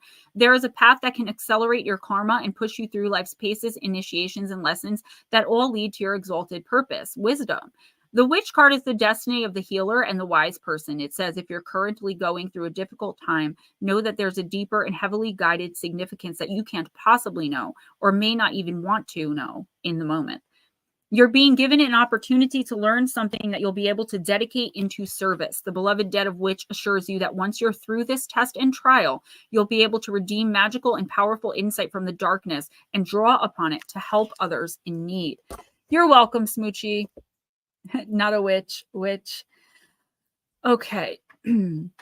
Vixen Doe, you're so welcome, honey. You guys are incredible. I love you all. And thank you, because without you guys, I'd have no one to read for. Like, so Avi, like, you guys make the stream, not me. And Spirit. Thank you, Spirit. New England Dirt Roadie, this is very interesting because it's twofold. The first thing was the cards flew out of my hand. I was being shook by something, some energetic, was some negative, I'm very flustered. Some negative energy and energetic lower vibrational presence was trying to push through my protection boundaries. And I'm shaking pretty badly and I'm a little flustered. Someone is putting this on you, okay? Somebody is sending this. We know this with the flies. It is your effing upstairs neighbor. I don't know if they're still upstairs. This person has it out for you for some reason. Just knocking on that door that day and seeing him and feeling the way you did has changed you, because an attachment from him, it hasn't bound itself to you, but it is terrorizing you. And that is why you're feeling the way you're feeling. What this card is saying is that you have an ancient ancestor that has your back and that is literally fighting off this spirit shadow that is trying to attach to you. If you could jump in and help, that would be great. That's the message, right? You have to acknowledge your own power, New England Dirt Roadie. And this may sound really woo-woo to a lot of people, and I do apologize for that, but this is the effing message, and I'm not going to sugarcoat. And I know who I'm talking to, so I know New England Dirt Roadie will understand this. You have to step up. You have to start just getting out there. You have to start demanding presence when you walk into a room. Walk into the room like you own the place. That's what I do. Like when I'm scared, that's the most confident you're ever going to see me. Fake it till you make it. Act as if. New England Dirt Roadie, there is a huge lesson to come from this, but you have to think on an eternal timeline. We have this tiny little timeline of life, 80 to 105 years. Sometimes less, sometimes more, but not often. God, the universe, whatever you believe is out there, and I know you believe it's God, their timeline is eternal.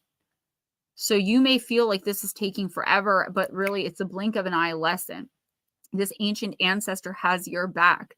They're with you at all times, protecting you. Acknowledge them. Sage for them. Tell them you're burning sage for them. Light a candle, a gold candle if you have it, but any candle will do, even a little tea light. I put them in most boxes just so that you guys will have them handy, and thank them.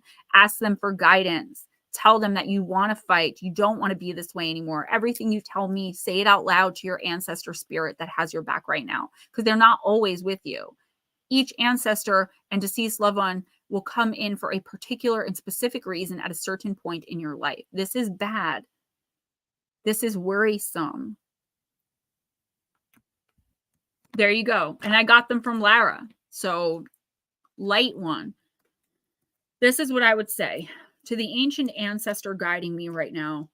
I don't know what to do. I'm feeling like this.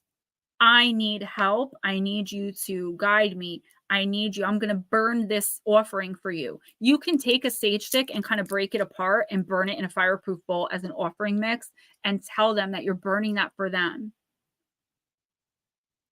You know, I can definitely walk you through it. It's going to be hard. Not hard for you, hard for me to make the time. But I mean, if we can squeeze in like 15 minutes on Tuesday or Wednesday, I can definitely help you with communicating and connecting with this ancient ancestor so that you can push this beast out of your house. And it is a beast. It's terrifying. And listen to the chat, please, because they know. Yeah, Paranormal Pixie, that's the thing. New England Dirt Roadie, not to talk about you like you're not here. He has major abilities. The problem is he's been so oppressed, and now this crap is happening to him where he's being spiritually attacked again.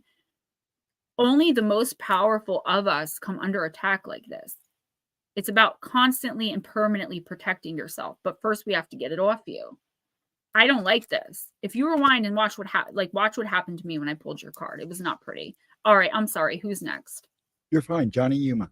And Lara is always an incredible source of information when I'm not around, when I can't return a text, when I'm too busy with life or doing whatever it is I'm doing. Miss Lara, okay? I can give you her number if she's okay with it, or at least her email. Johnny Yuma. Hey, James Weston, how are you? Happy 23rd James. birthday to you. I wish. I don't know if I'd be 23 again. I kind of like where I'm at. I kind of earned it. My daughter-in-law, my future daughter-in-law, I'm like, how old are you now? I thought she was like 20 or 19. She's like, I'm 24. I'm like, woe is you. She's so cute, though. I love her. All right, let's do this. Blue Crossroads, I didn't get to check my phone. Did you get your personal? Apple, risk and reward, Johnny.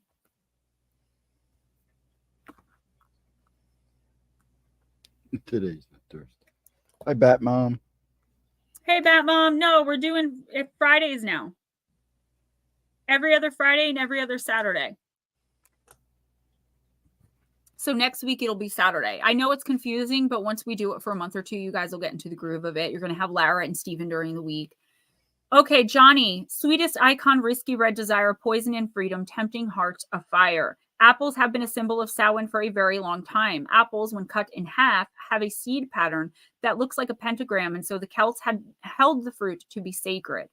Bobbing for apples, a game traditionally played at Halloween, has its origins in the Samhain festival and is one of the oldest associated with this celebration. The traditional way to play is to place 3 or 13 apples into a barrel of water, and the game is to try and bite an apple whilst it floats and bobs in the water. So disgusting. Hands must not be used, and people often compete with one another, bobbing at the same time. It's believed that the Romans brought this custom to Britain, and there are quite a few images recorded through art of this activity in both cultures. Doesn't sound right with a hard T in activity. It was said that unmarried women who placed the apple they had bobbed under their pillow would dream of their future husband. In Newfoundland and some parts of Ireland even today, Halloween is called Snap Apple Night. And on Snap Apple Night, we go souling. Candy apples, apple on stick covered in toffee. I love candy apples. Although not quite as popular now as they once were as Halloween fare, are now making a comeback as fun and simple treat to prepare on this night. I have to cut them though because my teeth are so bad. I have to cut them and then eat them. Apples have been an iconic part of mythos from ancient times to modern. The story of the poison apple in Snow White, to the Roman goddesses Pomona's magical apple tree, to the Christians' tempting fruit in the Garden of Eden. Should you receive the apple in your reading, Johnny Yuma, it's time to look at how risk plays out in your life. Are you hedging your bets and not trying anything new? Do you want change but are not willing to change anything? Are you willing to risk to get a greater reward? Or alternatively, are you risking too much too often? Okay. I definitely feel like in the next week or two, if it hasn't happened already, there's an opportunity in your life that you are going to want to take, but fear is going to hold you back. So again, we're dealing with fear. Johnny Yuma, when this opportunity presents itself, and it will, it could take as long as a month. The universe wants you to take a leap of faith. Be the fool at the beginning of the journey. He has nothing but a little sack on his back, sometimes a tiny dirty dog, and he doesn't know where he's going. He doesn't know where he's going to end up. He just knows he needs to do something. He takes a major risk and leaves everything behind. He has the clothes on his back. He knows the universe has got him. And throughout the journey of the tarot, he meets the devil. He falls from the tower.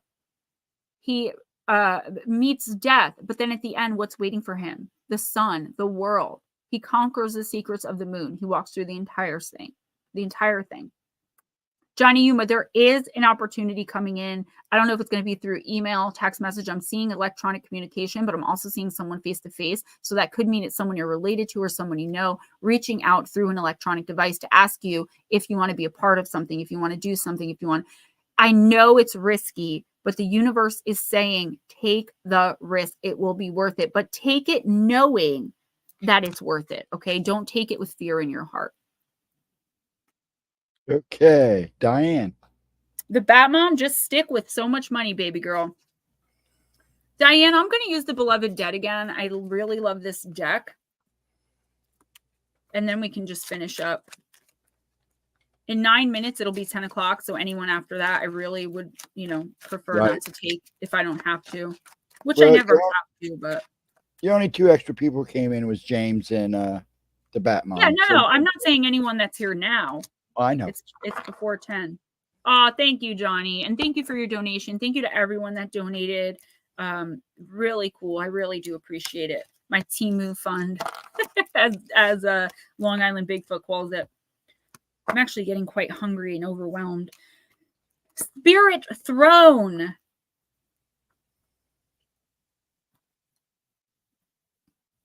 This sounds really interesting. This is Diane. Mm-hmm. Uh-oh. Why is And it then not blue showing is up? next. Hold on, I think I missed it. Element OP. It should be right here. Great. Okay, so hold on. We gotta play Go Fish for it. Is it the one? Is it the same book you had problems with last time? Yeah. It's probably in the beginning. Cindy, don't make me hungry. Oh God. Thank you for making a wish for me. Okay, so it would be okay. Start with the Spirit Throne. Is this the meaning of the card? I'm sorry, guys. This is set up really strange. It's not coming up. I J K L M N O P P P R S. Service, shine, snake, sovereign, survive. All right.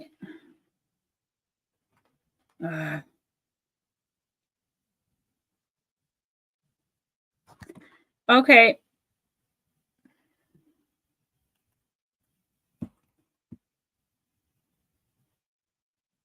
Apparently this is a starter card. I don't know how this works. I'm so sorry, guys. Give me a second. Of course this happens now.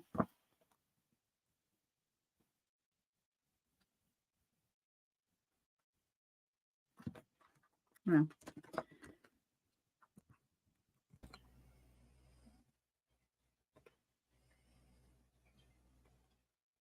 I can't find this card. That's so weird. You had What I'm going to do is pull one more, and then I'm going to find this card and give you a reading of it. Because it's not here. It's what it is. It's the placement card for reading. So when I read from this deck, this is the placement card to invite the spirit to sit on their throne. There is no meaning or reading to this card. And I didn't know that.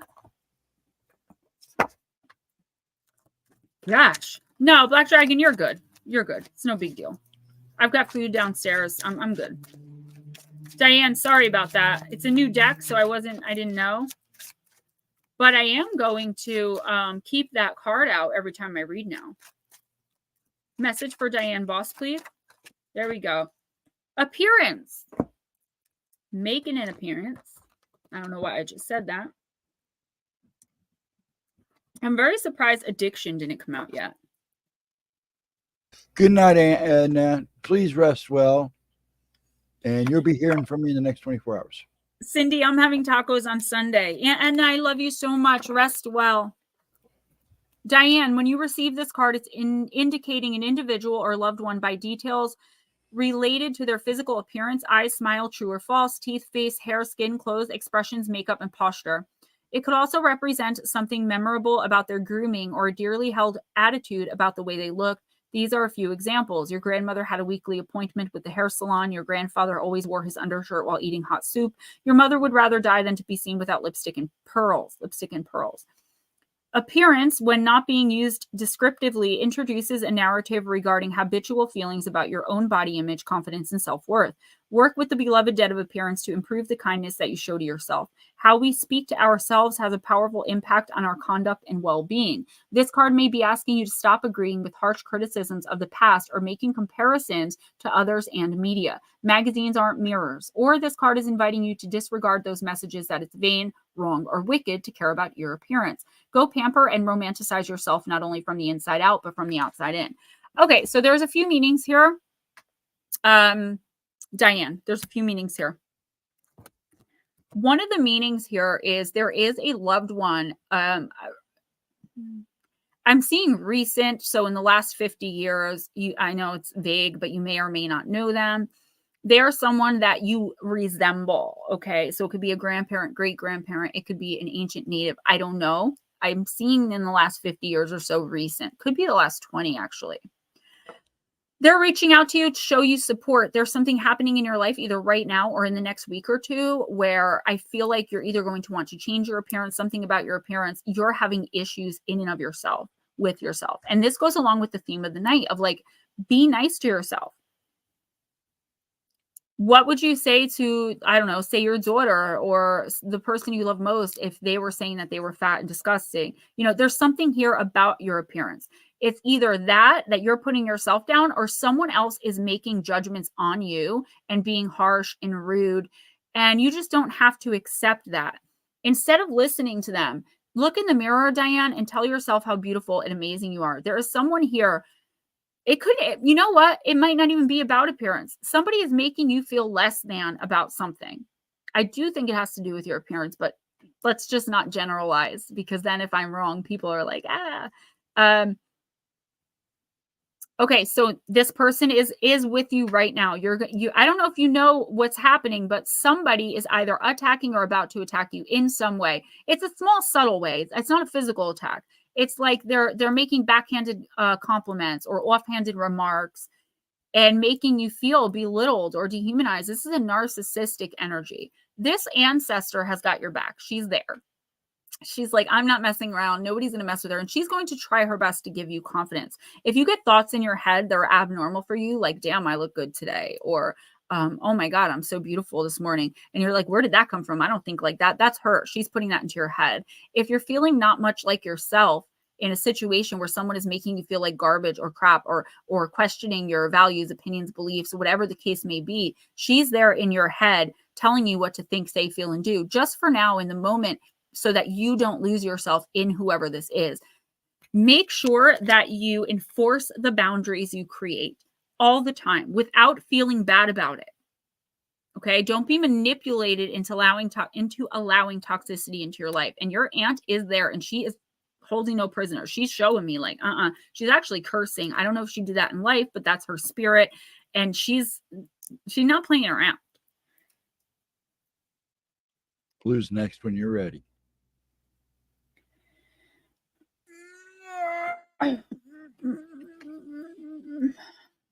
Let's do the Wonderland Oracle for Mr. Blue Crossroads.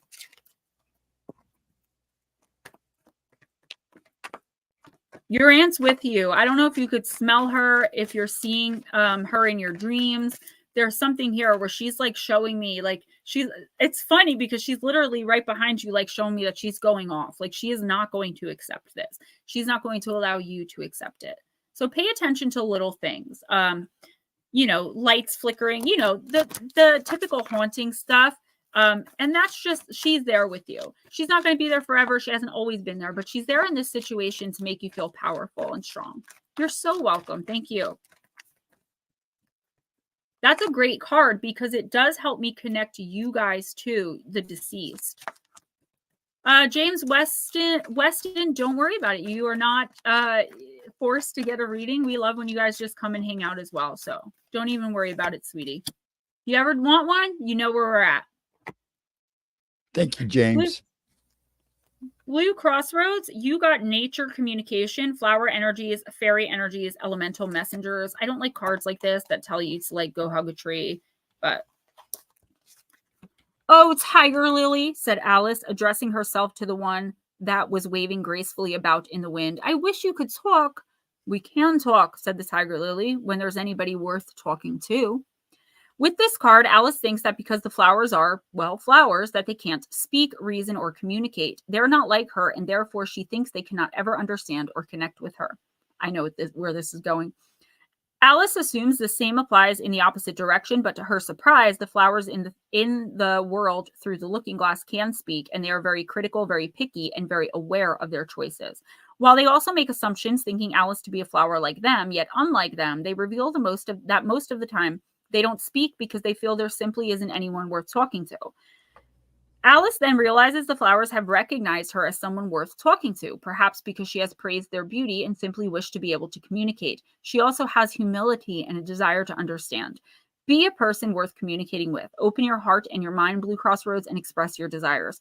In that way, new bonds and cords of understanding can grow between the human world and the wonders all about us. In the reverse, it indicates stubbornness, refusing to approach language from a different perspective, assuming signs and communication must fit in with your own, assuming things about other beings without really tuning in, and refusing to expand your capacity with understanding. Capacity for understanding. I don't think you're being stubborn. I feel like because of the retrograde, because of the shadow phase, there could have been a miscommunication. For some reason, I'm getting past. I'm not getting like the next 2 weeks. I'm getting like this is happening in your life where there's lack of communication or miscommunication with someone going on. And the universe is saying, if you can open your mind to all of these paranormal things, and if you can open your mind to all these new people and new ways of thinking, and you're so open, because you really are, you're so open to learning and growing and understanding, but you also have the practical cop brain, right?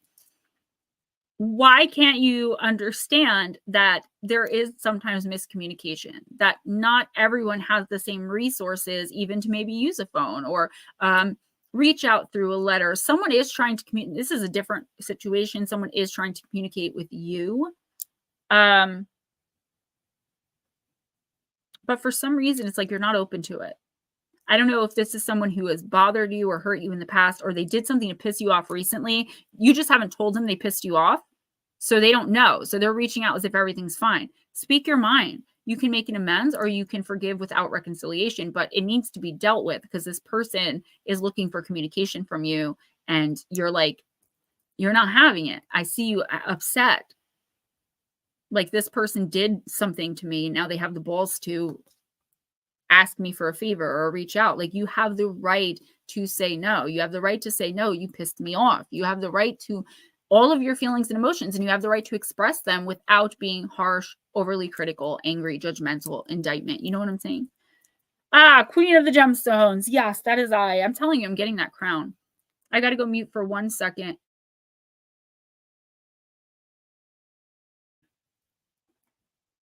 This is really bad. I've had my windows open all day because it was a beautiful day, but the ragweed, I don't know if it's ragweed now. I know it was.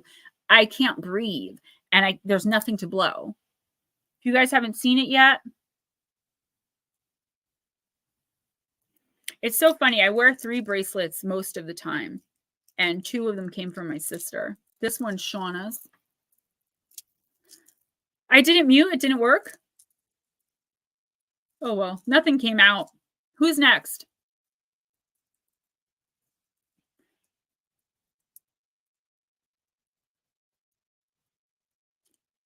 I love when he realizes it.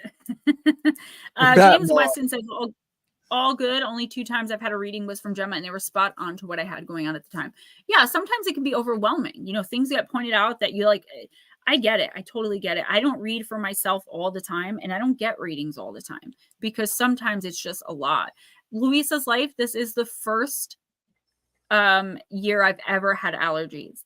And it even said in New Jersey, in South Jersey specifically, where I was staying with my mom, the ragweed was just out of control. I'm sorry, Stephen. I did not hear who's next. The Bat Mom. Bat Mom, then who? Then Black Dragon. And then you're done. Oh, Casey. Casey, for sure. Yes. All right, Bat Mom, I'm going to use the signs of the times. And she is listening. Yep, I know. It's my girl. Okay. I didn't mute. Did I mute or I didn't? You muted. Because did you see me? I had to keep looking at it. I never do that. I just usually blow my nose. But when I listen afterwards, I'm like, Gemma, you can't be doing that. What we should have done was all going like this. Oh my gosh. I'm just so comfortable. Like, I can't help it. All right, Miss Batman. Let's see. Oh, okay. I guess it's Labyrinth, and it is the card of Journey. I did a lot tonight. Wow. I'm getting more and more people every week, which is amazing. Oh, thank you, Mama Cindy. Bat Mom, you're on your own path, and the labyrinth represents the simple fact that this journey will take you in many different directions. Unlike in a maze, in a labyrinth, there are no dead ends or wrong ways.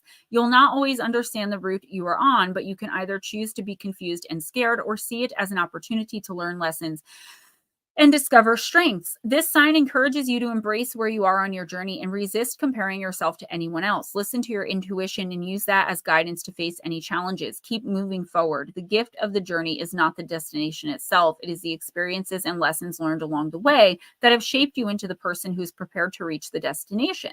Like stumbling upon a labyrinth in a park or seeing one incorporated into a logo, this sign is an invitation to embrace the unpredictability of your own spiritual journey and the growth that comes along with it.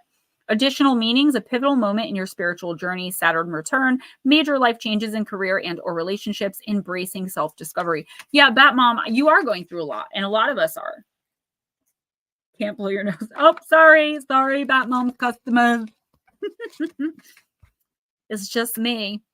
Yeah, you are going through a lot, and I feel like based on past experiences, you could be like, okay, I don't want this to happen again. Like you're living in fear of what's going to happen next. And again, this is a running theme tonight.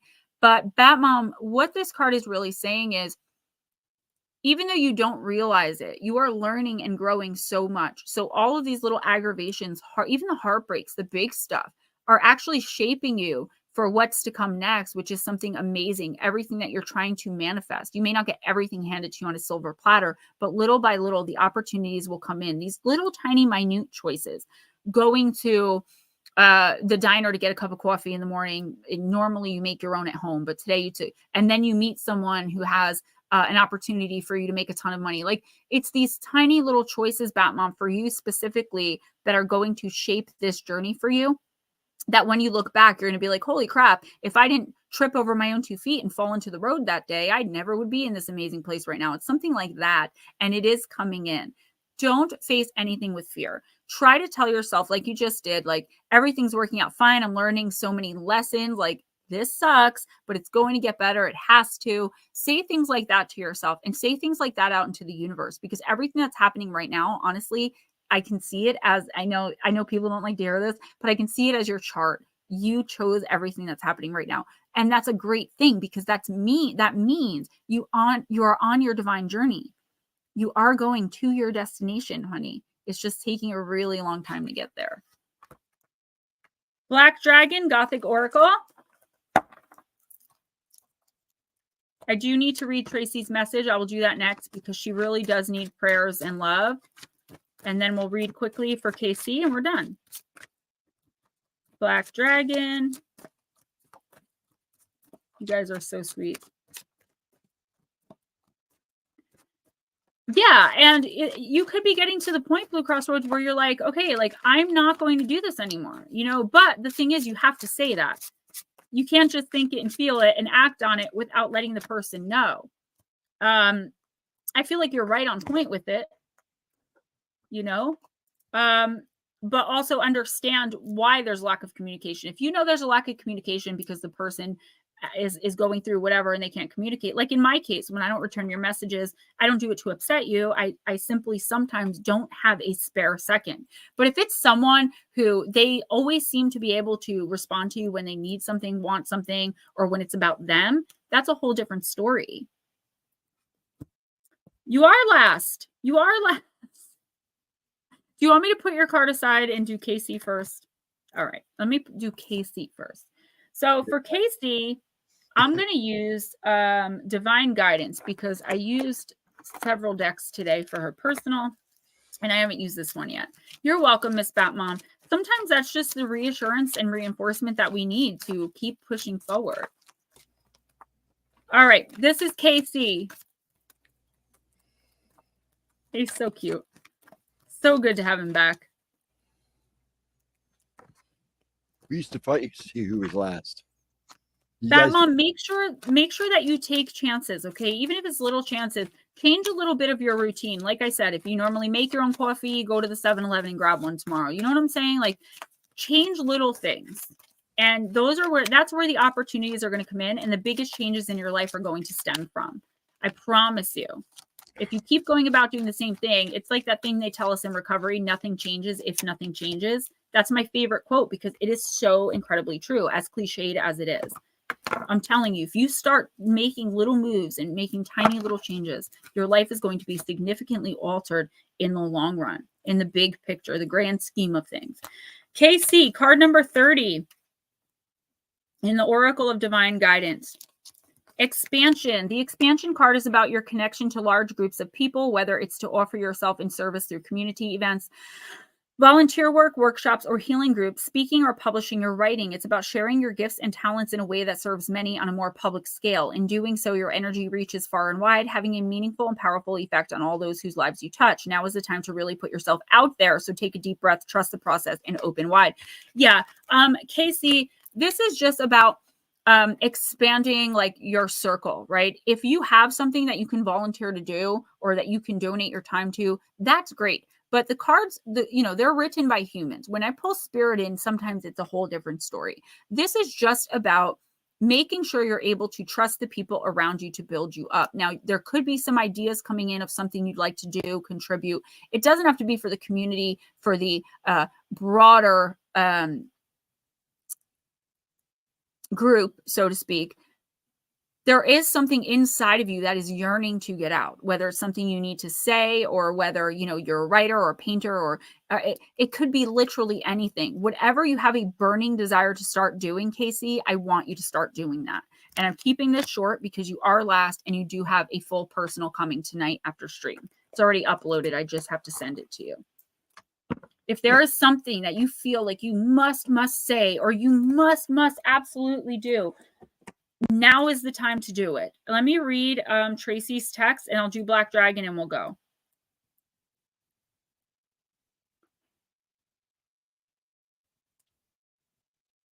Okay, so she didn't send to me.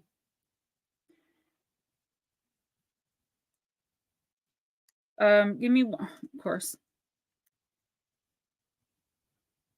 I'm sorry. It happens to be my boss.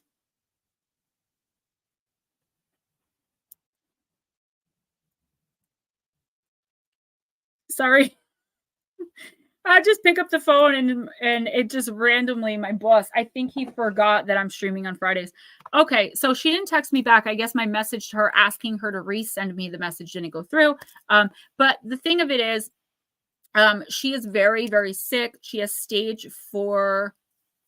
I don't want to say leukemia, emphysema maybe. There's some sort of stage 4 cancer going on in Tracy Tritton and possible brain tumor. And one other really, really terrible, she's health problem, sick to the point of, it's critical. So I'm almost crying because I'm picking up her energy. We need to get prayers out there. She believes in prayer. She believes in the power of prayer. So if we can send love light to Tracy Tritton, just think it. Okay. Just think of her. If you don't know what she looks like, just think of her name written there in front of you and send out all the energy that you possibly can. Black Dragon. You guys are so sweet. Thank you for coming in and supporting the birthday of 3 years on the channel. And I am going to be changing to Gemma Jade Paranormal, possibly Gemma Jade Paranormal YouTube. But if you see it change, it's still the same channel. Guys, please, please, please support the shorts. Okay. Watch them a couple of times. I really do appreciate it. They're silly. Some of them are meaningless, but it's just me being me. And I want you guys to get to know me more intimately and more personally without me having to share all of my business out there. And I think shorts are a great way to do that. Like the way I cut my sandwiches and turn them into teddy bears and penguins. You guys didn't know that about me, but now you do. Mark, I know it, sweetie. You are a diehard ride or die gemstone. And I absolutely love it. Most of you are. And I just like, wow, Okay. I'm getting emotional. I really am though. Okay, Black Dragon, you got Soul Bond. Oh my God, these cards are just amazing. I hope we didn't scare New England Dirt Rodeo off. Black Dragon, a woman and a wolf crouch within the twists and turns of tree branches with their heads together. They're one. This twosome looks in our direction, their energy, intentions, and aspirations fused by mutual respect and admiration. While there are many things we can do by ourselves, isn't it often more satisfying when we enlist the help of someone special? This is a card of coming together with those who share a similar interest or goal. Black Dragon, if you have drawn this card, you're being reminded of the importance of partnership and the strength of support. This could concern connecting with those who enjoy similar pastimes, or in career-based readings, might reference the possibility or benefit of joining forces with a business or person who has similar objectives. Agreements of all kinds can be confirmed when this card is in play. You must be used to, blah, blah, blah, blah. You may be used to confronting obstacles alone, but this card suggests that two heads might be better than one and that an opportunity to join with someone else is a possibility. Mergers may be on the horizon and you may be called to share your talents and gain from the experience and skill of someone else. In a romantic reading, soul bond is a symbol of two hearts beating together as one, indicating that a fruitful union is in the cards. Now, if you're in a romantic situation, this is a good one. It's a soul partnership. If you're not, even if you're not looking, unfortunately for you, I guess, if you're not looking, a soul mate for a romantic partnership should present themselves in the next month or two. Now, I feel like someone is going to try to pull you into something. Okay. So like a business opportunity, joining a bowling league. I love bowling. Something like that. I feel like you are a lone wolf, right? You aren't interested in any of this, but I feel like something or someone is going to catch your eye. And as we've been saying all night, the universe is saying, take chances, take risks, not dangerous ones where you're going to get hurt. Obviously, read the disclaimer, but risks where there could be great reward, like meeting new people, like falling in love, like, whatever the case may be. But I feel like if you're not putting yourself out there, if you're not getting out there, which the universe and your ancestors and spirit team are urging you to do, this is a time in your life where something substantial could happen. Like I said to Bat Mom, just by making small, minute changes. It's okay to be the lone wolf, but even the lone wolf sometimes runs with a pack. Where is your pack? Everyone needs one. I feel like if you team up with someone on something, and I don't know what this means, you will know what it means in the next week or two. It's going to be extremely productive for you and extremely worth your while. Hello, Lotus Girl, still here. All right, guys, I'm going to end this quick. Support the shorts. If you want an autographed copy of my books, let me know. Kindle and paperback in the description box of all of my other videos except this one, because the disclaimer was so long I couldn't fit it. I don't think it's in there. PayPal, Cash App. Please, guys, donate. That is how I make my living. And you guys are the actual best. Thank you for celebrating the birthday of the channel, 3 years, and the birthday of our wonderful, fabulous dragon. And I hope that we gave you a night as fabulous and wonderful and amazing and incredible as you are, because we love you. And I'll talk to all you guys over the weekend if y'all want to reach out. But I plan on relaxing and then having a great day with my oldest baby and my future daughter-in-law on Sunday. I love you guys. Bye.